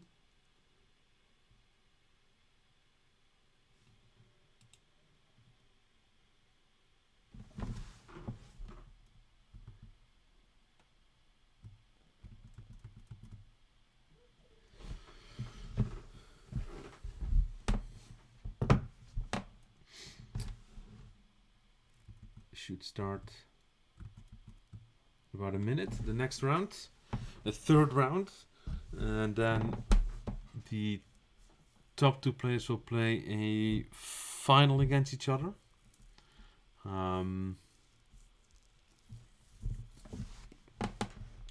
This game was far from convincing.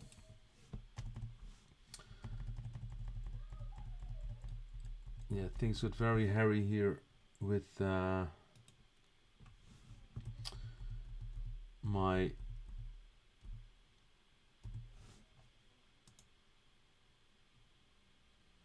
king. I'm sure he had a better move than what he did. Oh, but anyways, just a game. It's always the next game.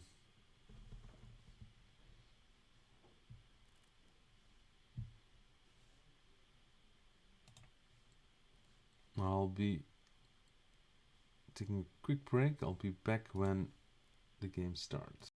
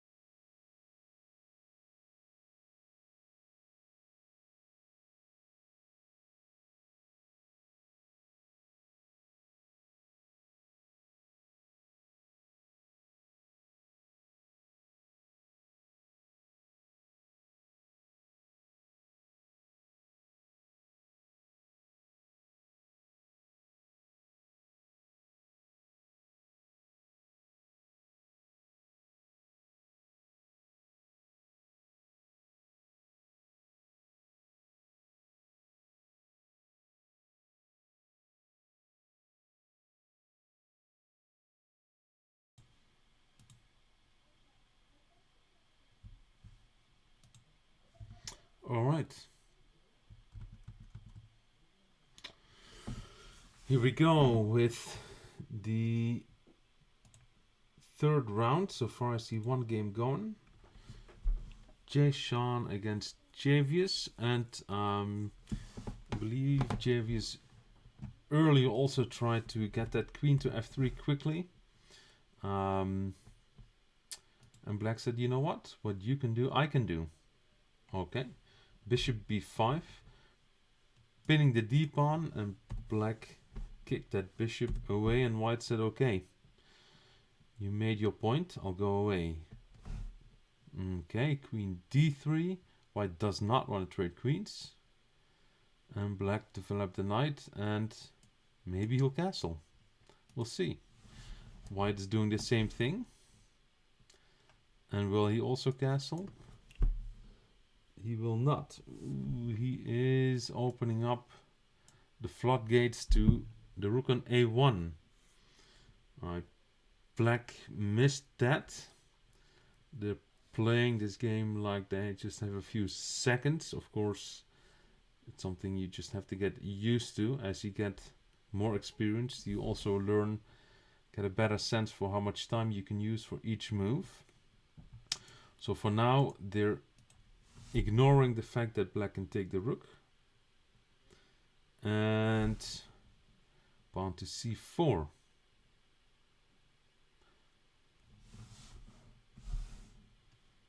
Let's see. Queen f5. Black really wants to trade those queens.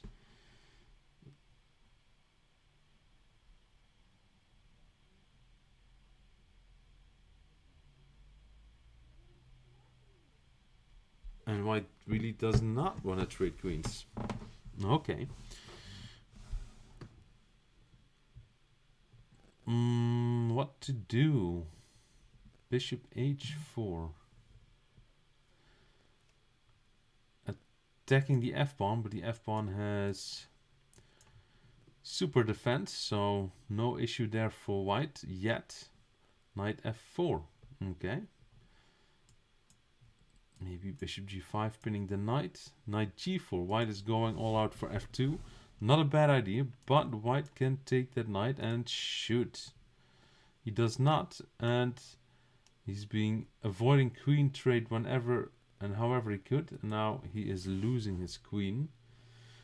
So now he should start a hunt for the black queen. Black queen is a bit exposed. It's on this file with the white rook, and only the knight is in between. So wherever this knight moves, it would create a discovered attack on the knight. So this would be a good moment for that knight to move, and then it wants to take or attack the biggest thing it can, which in this case would have been the pawn.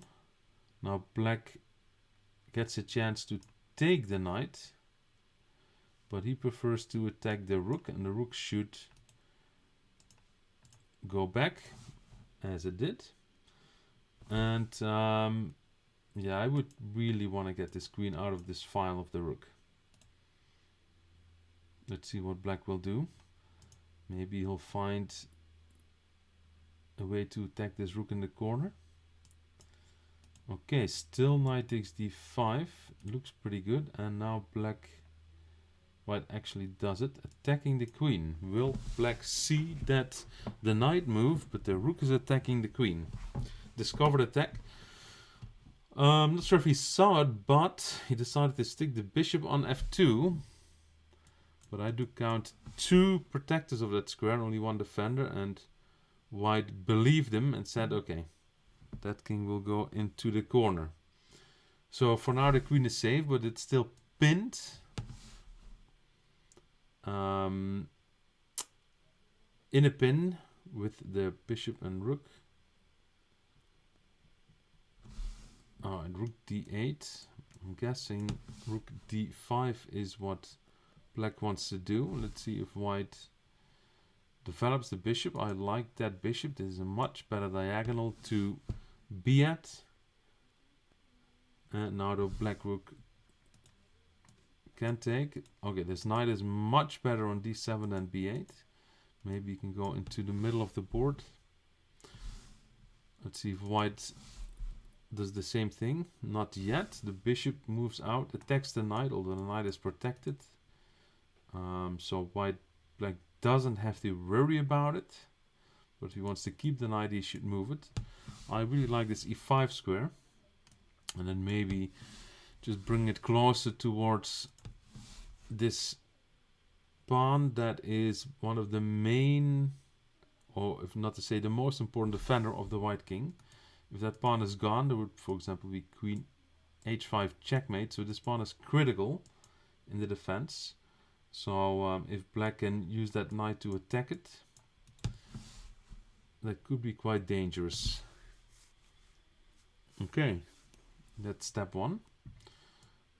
One more move and it's already attacking that shield that the white king is using.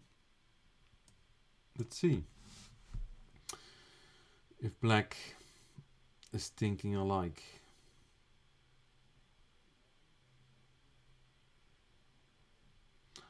Well. Very good move. h3, trying to kick the knight, but that pawn is now leaving this g3 square. I guess you could play rook d5 if you want to be really tricky, and pawn takes knight, there's queen h5 check, pawn takes rook h5 mate. Okay, the knight retreats. Now maybe it can join on h5 and see if that g3 square could be interesting. There's also a queen a5 check, which actually attacks a king and a rook. Pawn h6, I'm not sure. Okay, I really like this move, especially if black doesn't see that he can take it in passing or en passant. That's one of the things that hardly ever is possible, hardly ever happens. So especially for beginning players who have not played that many games. In this case, we're talking about maybe 30, 40, 50 games in their life. So that's not a lot at all. Usually that's not spotted. So, but black did something pretty good anyway. Took it with the knight. The knight took on e3, and the knight is now jumping in. If black finds this check, he might find the checkmate on the next turn, because g3 is the only move. And if black then finds queen takes g3, it is all over.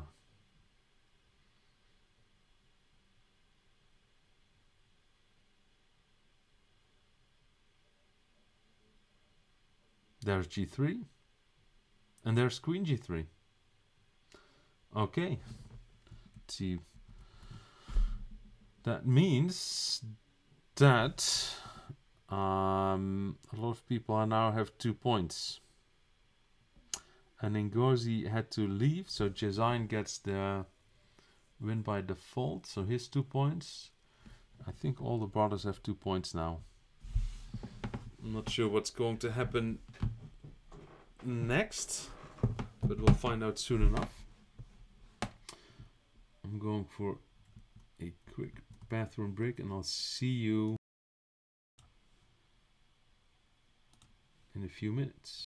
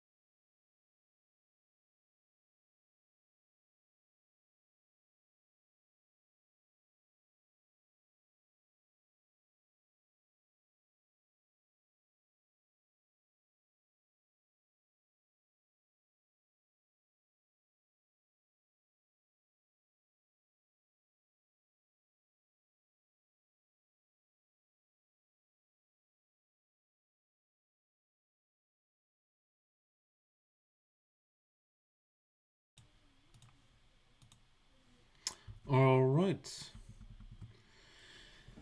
We are going to a playoff. Let's see.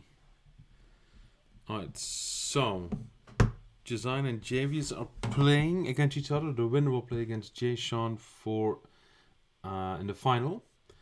And Javius is using his usual setup with bring the queen out to f6 or f3 and just going for maximum pressure. While doing that, he is putting maximum pressure, but he's also taking a bit of risk. For example, moving this bishop out is very dangerous for the white king, but the pawn could take it, and then that bishop will never be dangerous again. But still a very interesting idea, just to stick that bishop there. After the check, he decided to come back and block that check, and white said, well, you know, let's keep that bishop. Okay. Will he go for bishop knight h6 now? That would be sort of a very principled move. Queen g6. Is he re-upping bishop h3? He might have been trying to, but queen f3 stops that. So he's playing bishop g4 and attack that queen. And I think Design is saying, let's see if we can trade these queens. If he plays h3, you might get exactly that. He's played queen h4. Okay. Queen f3 would threaten mate in 1. It's definitely not the only move. There's a lot of moves for black here. But that would be the quickest way to a checkmate if white fails to defend. Knight f6 is a good developing move. Get that knight out into the game. And white is doing the same thing, but then on the other side. Now, a knight on the rim is a little bit dim because it only can look at 4 squares. Then again, if it then immediately moves towards the black king, it will get a lot better, although these pawns are still protected. So white shouldn't take it. But black does actually see that he can take that knight. And alright, d6, hoping to take the knight. And the knight is running away. Well, that knight is getting a little close to the white king now. So black might pawn to b4, asking the bishop, what do you want? And the bishop says, I want you. Alright, he can attack the bishop again, and this time the bishop will have to run. If he attacks it with a3 or c3, because these pawns are protected. He plays d3, opening up this diagonal. The rook takes the pawn and the bishop attacks some empty space. The rooks double up. That's pretty good. And attacking the bishop, but the bishop can't take, and does take, attacking the rook, and the rook runs away. Okay, rook b6, pretty nice move, pinning the bishop to the white rook. So if the bishop moves, then the rook would be lost. Now the rook is protected, so this actually unpins the bishop. Bishop a5. I think he just didn't want it to be hanging around on c3. I still like black quite a bit. That was hanging. This was protected. Now this is hanging. And black does take that bishop. As long as white has a queen, there will always be danger. This back rank is a little bit weak because the black rooks have disappeared. Now you still have quite a few defenders that can jump in on the back rank, as that knight just did. But knights are not very good pieces to defend back ranks. Bishops are, however, when they can take a rook. And now you can take a queen. And white is slowly but surely losing steam if black takes that queen. If black doesn't take the queen, now the queen can come in and take, and that back rank weakness is back on the card. White doesn't see it and moves the queen to a square where the rook could take it. But these long sideways rook moves are usually not that easy to spot. So let's see if black does. If black does, I would say that's sort of decisive. Not yet. Now the queen can take the rook, but the rook is protected by the bishop. But then you have to see there's a long range defense of the rook. Bishop h3 doesn't see it. Now queen e7 is a move that would put a lot of pressure on the black king, and there it is. The knight is hanging. And there is that. Alright, there was a tit for tat. The queen took an e7, trying to get to the back rank, but the black queen beat the white queen to the punch. Checkmate. That means that Javius will play against Jay Sean for the final, and they'll probably play in about 6 minutes, which gives me just enough time to play a game as well against FGH SMN from India, if I am to believe the flag is correct. Let's go for Sicilian Defense. Now we're heading for a dragon variation. There it is. The dragon bishop will come to g7 on the next turn unless white plays f4. Then I have to take evasive action against e5. He does not. Okay, this is the main line.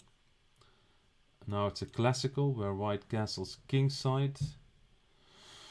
How will I play? Let's just play bishop d7. Okay, let's see about this. This position is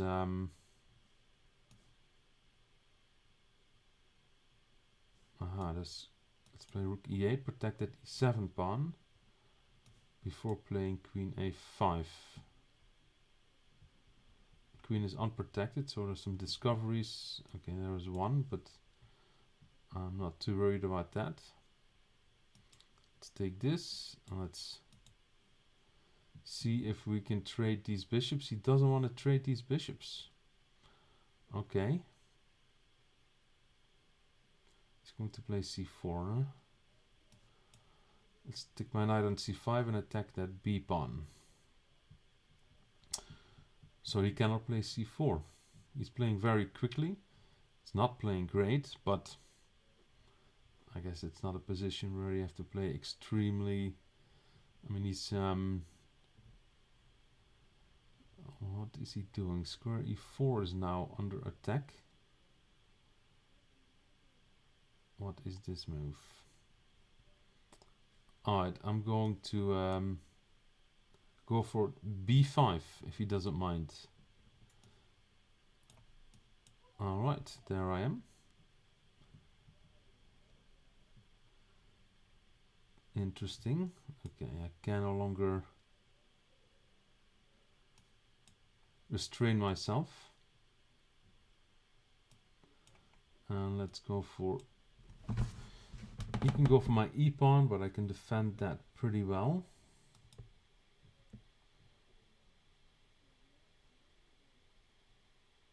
Bishop b6. Didn't really think about that move. That's too bad. And c4. Okay. Let's attack it. Let's play h5. Stop him from playing g4 all too easily. Play bishop f6. It's going to be a bit of a time crunch. Position is probably about even. Nothing spectacular going on right now. You could play c5, but I don't think I'm too worried about it yet. My a-pawn could be a bit soft. There it is. I'll play g5. Make sure my bishop can stay. Okay, now I'm getting to put my bishop over here. Alright. Maybe I'll second exchange here soon.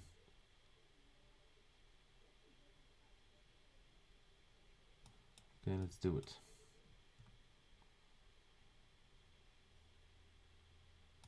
Okay.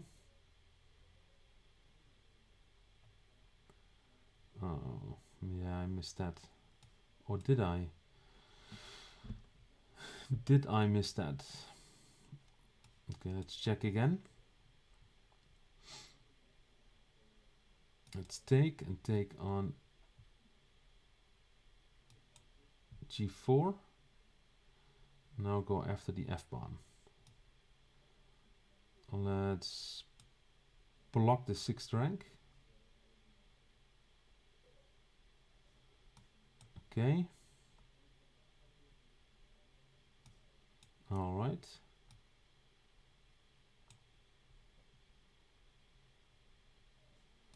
Okay. With a good position, should be winning, I suppose. The d-pawn will be under attack.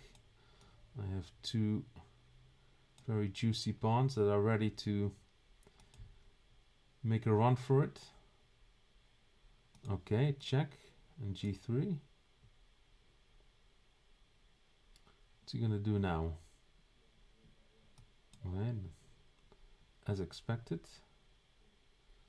All right.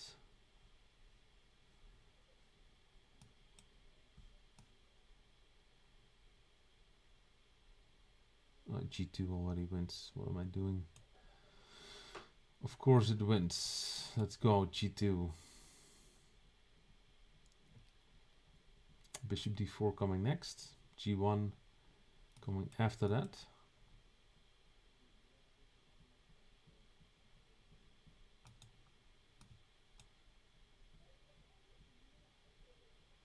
Alright.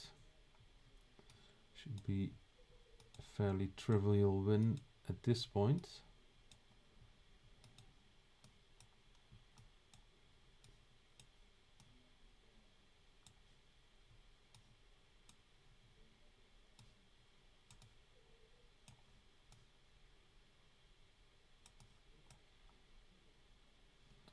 There it is. And the final just started. Perfect timing. I love it when a plan comes together. JV is playing white. Jason is playing black. In their previous game today, Jason won. But that's not going to help him here. He will need to win again if he wants to win the final. I'm not sure if there's 1 or 2 games. Let me try to find out.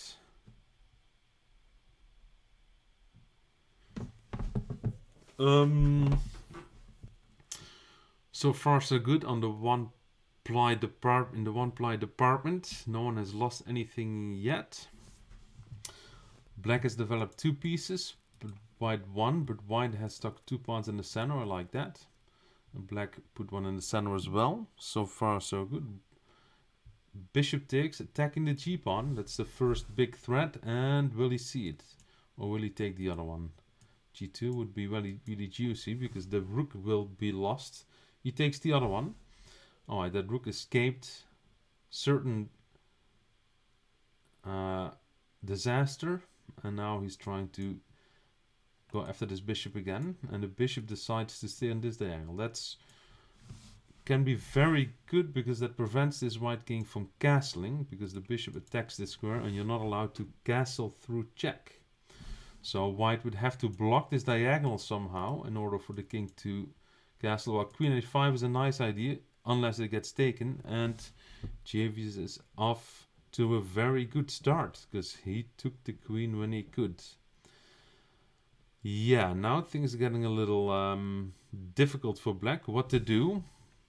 He will have to put all his cards on these pieces. I like that. Maybe bishop g7, maybe bishop h6, who knows? These diagonals could be diagonals where something could be got at some point. b4, bishop h6. Okay. b5, well, you better take that pawn. Because otherwise you're losing your... Yep, there it is. And the bishop should run away. Because otherwise the pawn takes it. And if you take it, the bishop takes it. So bishop b3, good move. Aiming at this f7 square. Maybe he'll come up with queen f3 and try to get in there. Black should try to castle pretty quickly. I would do that with knight f6 and castles. Because that would make the king fairly safe. Okay, that's step 1. Let's see if he will follow up with step 2. White is still up a queen, but if you look at these knights and rooks, they're not doing anything. They're not pulling their weight at all. Now this knight is pulling the weight a little bit better, although it would be better towards the middle of the board and not the edge of the board. But maybe at some point white can castle. Actually, b4 would be kind of an annoying move because it would still stop that king from running away from the middle of the board. So b6, I like that as well. Attack that bishop. The bishop should move away. He does not move away. Well, then the pawn should take it. And he does. So what does he have now?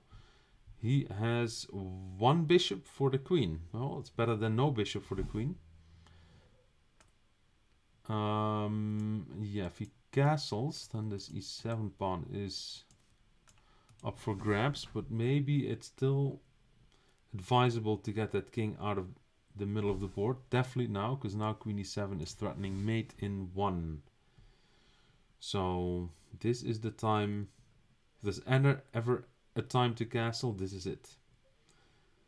And there it is. Whew, just in time. White could still take the pawn and threaten the knight, but at least the king is relatively safe for now. If white manages to get all these pieces into the game and attack the black king should still be in huge trouble because white is attacking with an extra queen.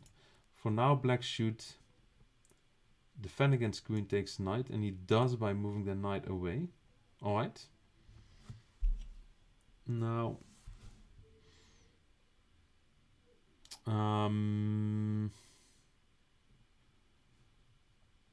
this knight would like to be maybe on f6. Queen e2, attacking the knight. So forcing black to defend the knight. Probably just have to go back. Or maybe a counterattack here. Also possible.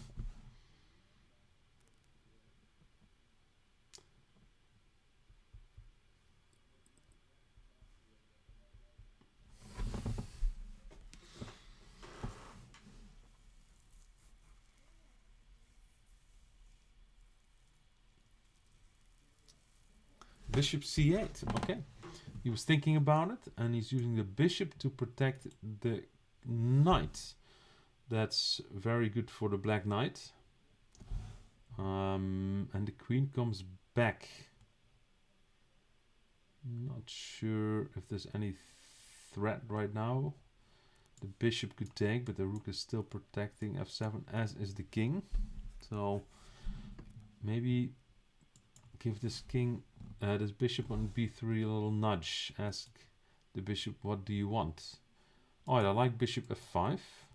Connecting the rooks again. Rooks really like to be connected because then they'll double their force. So now, okay, white is going for it, but will black see that he can take it without issue? It looks like he did. If the queen takes, the king takes back. So now the queen has to run away from the rook. Some squares available. And he goes to d6. Okay. So now white has a rook and a bishop for the queen, slowly improving his plight. Knight f6. I think I like that move. Maybe the knight can jump into the middle of the board and attack that queen. f4, blocking this diagonal. Okay, it does open this diagonal for the white king, which could be a problem at some point. This bishop somehow lands on this diagonal. Bishop takes h3. I think I like that move. Because now this pawn on g2 is away from in front of the king. And the king is now very vulnerable on the g-file and on this diagonal. Not that black can move any pieces there yet, but still maybe in 5 moves or in 10 that might become important. Chess is a game of very subtle details, small differences that can at some point suddenly add up and make a big change. Knight e5 I like a lot, because now he's ready to play bishop f4 or knight f4. And however he takes it, he'll be attacking more as it goes along. Rook e3 guards the pawn, but it does open up this diagonal. So now it's very important for white to spot that. He did not. So black has an option to take the rook. Although I would also like knight f4, bishop f4. Knight g5 might be okay as well. This king is now stripped of these 2 pawns, and these pieces could be very annoying. b4, pretty nice move, kicking the knight.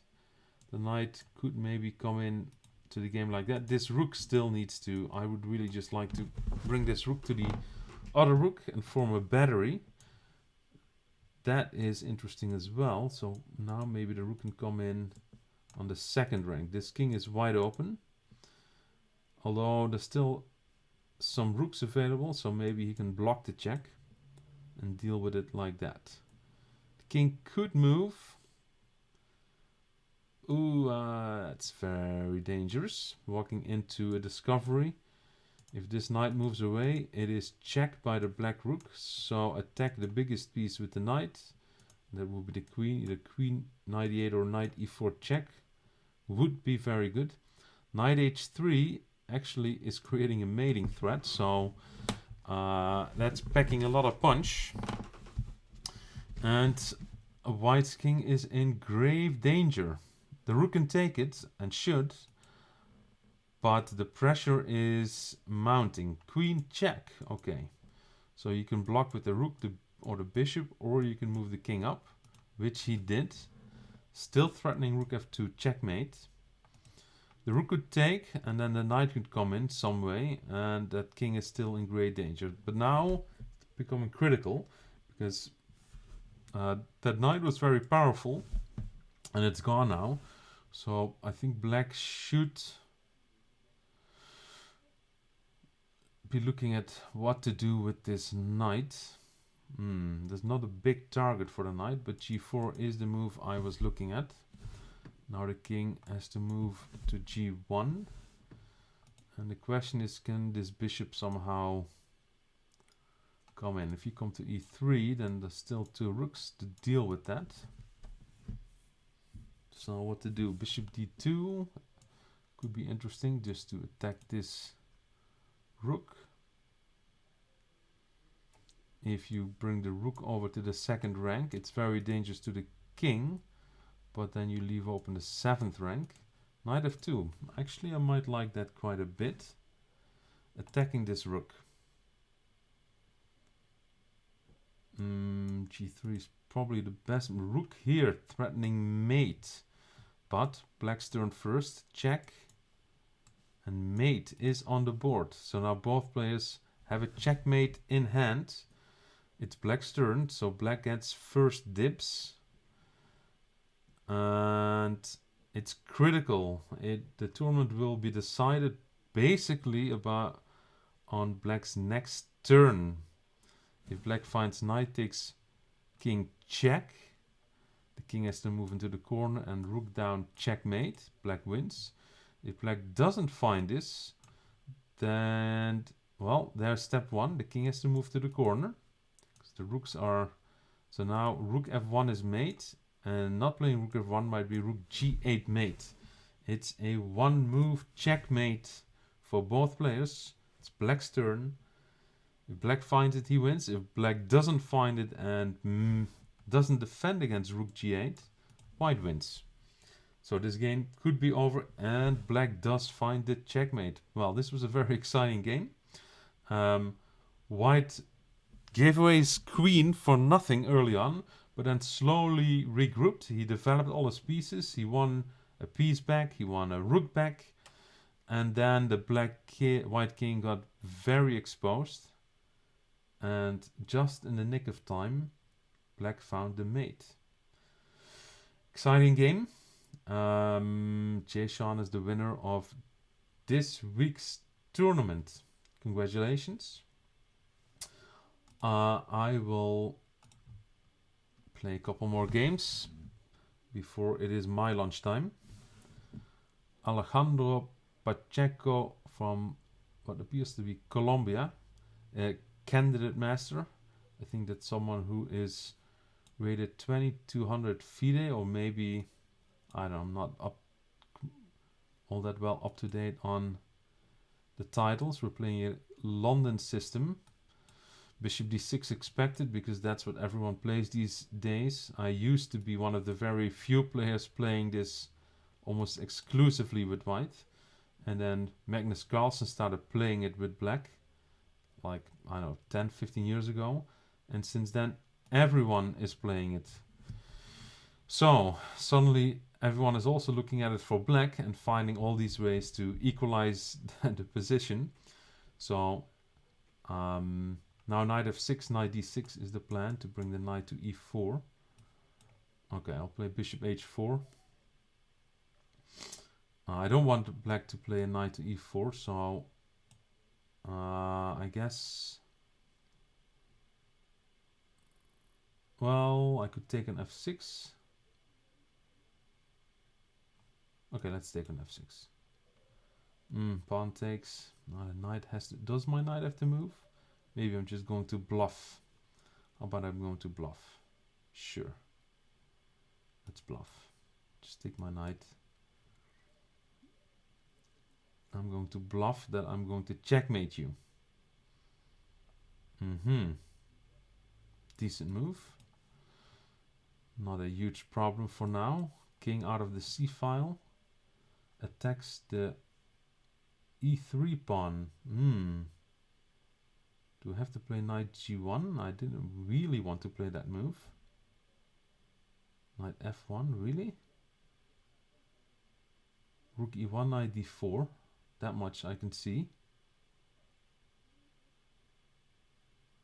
That's a bit annoying. Knight f1. Okay. Next step is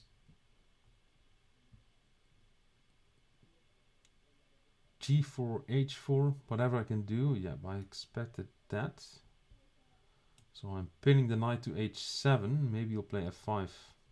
He does not play f5. Okay, I have to do something a bit more aggressive here.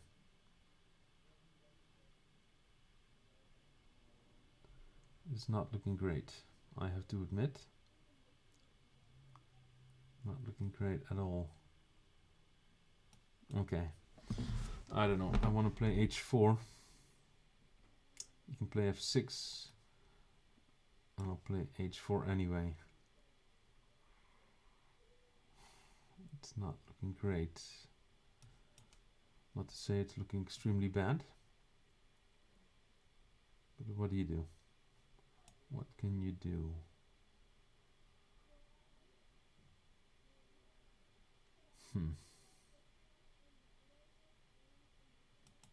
Okay. If I get g5, I get something. Now I might win back a piece. I don't know what's going on with the position after that. Probably not great for me, but I guess we'll... h7 is hanging. He's not protecting it. That's a surprise. Okay, I'll take it. And I'll retreat. You'll go rook h8 is my guess. And I get to get my knight into the game again.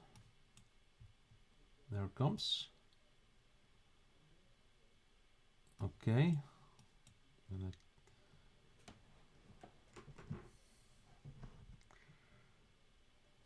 exciting position. Alright, so now we're in an endgame. And what is going on?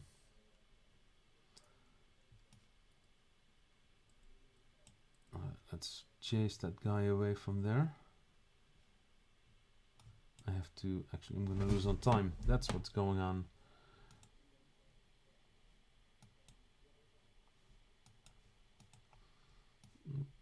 Okay.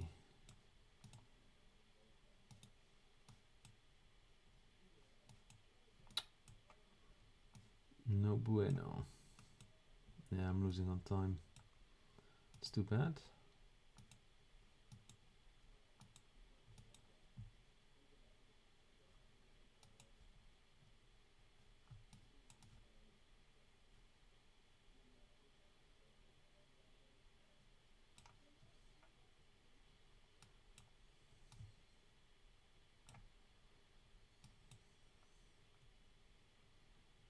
Okay. Yeah, if I would have had more time, that would have ended up in a better situation, but no time. Alright, let's go for my specialty. A5, A4.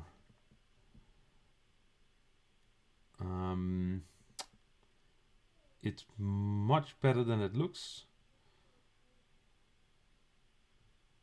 but it's not great. But the much better than it looks is what I'm going for. He says, really? Commenting? Yeah, really. Knight G8 back. You think, well, what is going on here? Okay, will he take on D6? He does not. Now I'm going for a full blockade on the light squares. And then I'm going to try to... Okay, he's getting ready for G4. I have to stop that for now, because that's a very dangerous move. He should make himself ready for that. Now I want to trade light squared bishops. That we will achieve, I think. Unless he plays knight b5, he does not. Not a big deal. Okay, queen d7. Alright, let's get this rook. No, I don't have to get the rook out of the way. Let's play queen c6. Hit square c4. Now stop him from playing c4. Will he play b3? He could. That would be an interesting move. Okay, I really want to... Alright, sure.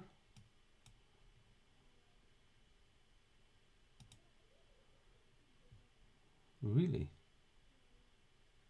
Okay. It's kind of hard to believe that this is going to work, but it might.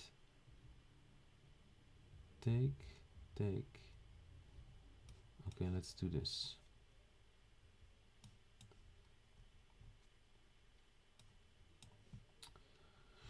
Go for that a pawn. Alright, he's probably playing knight c3 soon. That's okay, because I'm going to reroute, as is he. Okay, my knight needs a better future. Okay, I have to protect the f-pawn. Could play b6, I suppose, but didn't. What is going on?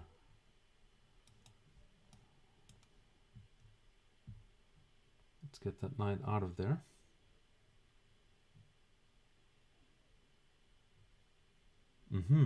Interesting. Wants to check me. Am I going to be mated here? That would be very sad. Not quite yet, so let's keep going. He's playing very aggressive and potentially very well, but we'll find out about that soon.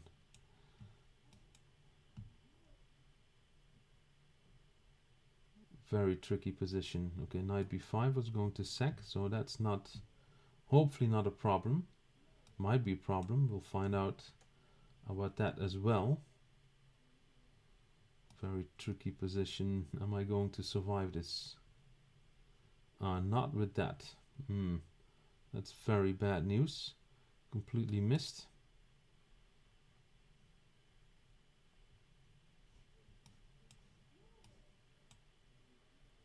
You could take it, but alright. Let's see. This one. Okay. Is this going to work for me? I'm afraid it might not.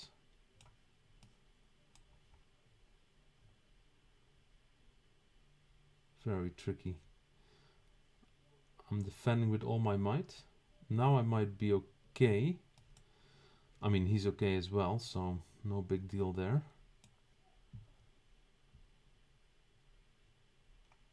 Let's attack the pawn. I'm still fighting for equality. Let's attack this pawn. Okay. Let's attack this pawn. He's going for my e6 pawn, as he should. Okay, let's see if I can actually... Rook e8 is could be played. Rook f1. Okay. Alright. Alright. Okay, it will be a draw. I'm not going to play this for a win. Okay, well, that was a very exciting game. He played quite well. But it's time for me to... Okay, I'll play one more. Sure. Let's not go for the London system this time. He knew that quite well and play something else. He's a very fast player. Okay, interesting.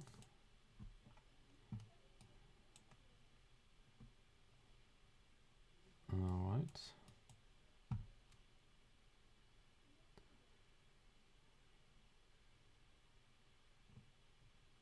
Sort of improvising this a little bit. Very normal position. Now where do I put my bishop? I'll put it on b2. Knight to b4. Okay, I'm not sure what that is all about. Not sure what that is all about. I'm pretty happy so far. Let's go queen b3 or queen b2. Let's go queen b3. Hit that b pawn, because why not? Alright. A pawn is under attack. Let's see if I can go for his b pawn. Interesting. He's playing a pretty clever game, and he's playing it quickly.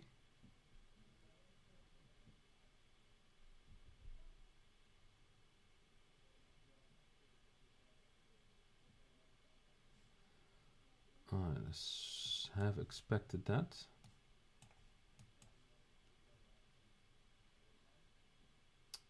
I think it's a trade. What else? The b pawn is my real... Okay, let's take it. And let's see. Rook in.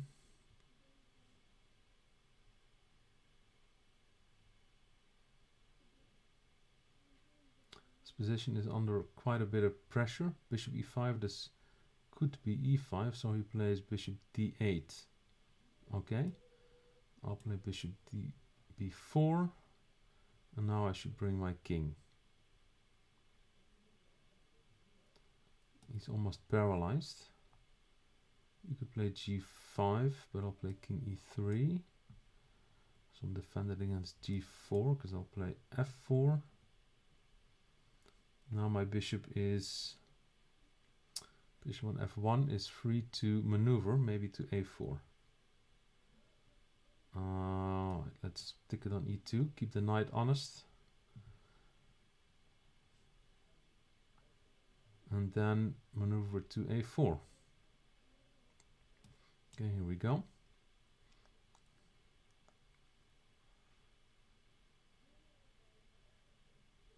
Okay, let's keep going. He's going for my G pawn. I still have bishop E1 at my disposal. Let's take that one first. And now bishop G1 or king F2. Let's go for bishop E1. And he goes back.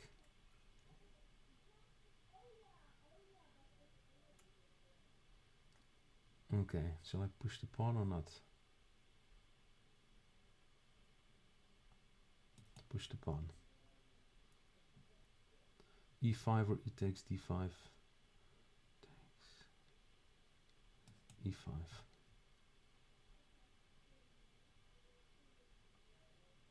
Knight e4, bishop d5, knight c5. Rook moves to b5.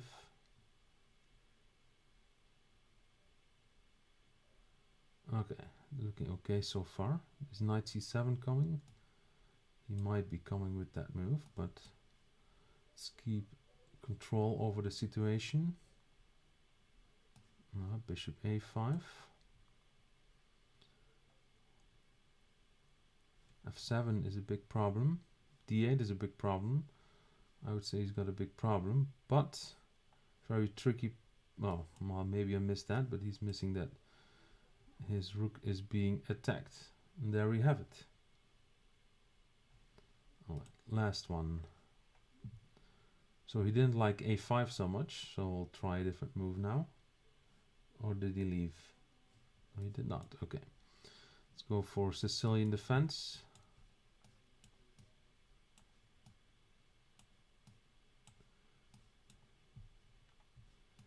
Main line.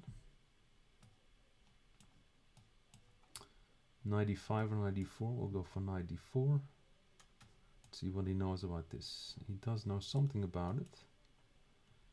He's playing the main line. a5, king g7, if I remember this correctly. And now rook c5 or b4, or what is it? Bishop f5, g4, a4. Takes. Let's try this move. I've had some games with that. I don't recall how that ended, but guess we'll find out. I think he has to take on g5. He does not. Oh, he didn't have to take on g5. Okay, well, I guess I missed that one. Too bad, but we'll keep going. Queen d7. I want to get the queen to f5 if possible. Attack the c2 pawn.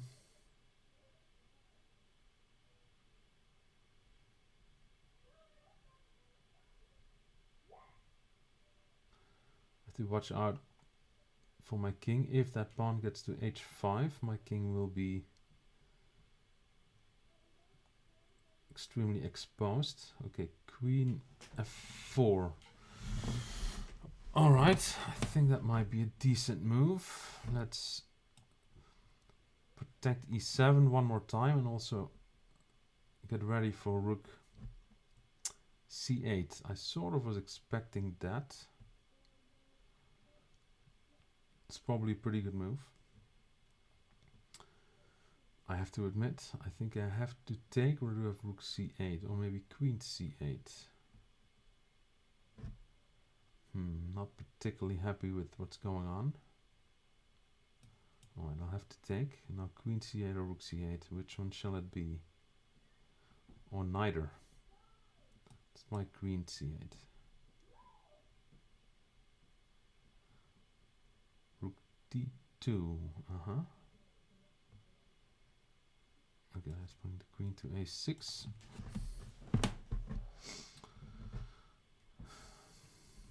I'm down a pawn, and he is playing quite well. I have to stop him from playing h5. Now he plays f4. This is not going the way I was envisioning things to go. Okay, it's time to pull the emergency brake.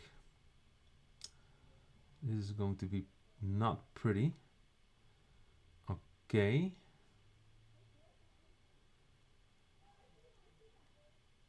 Not pretty at all. And no time. And I want to play Queen F5, but I'm too late for that.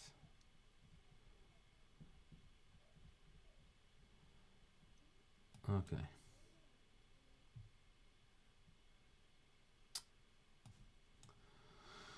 Alright, let's see if Queen A2 is something I get to play or not. I don't know if it works, but I really have no Queen A2, King D1. Aha. Okay. Well, I don't think I have any choice.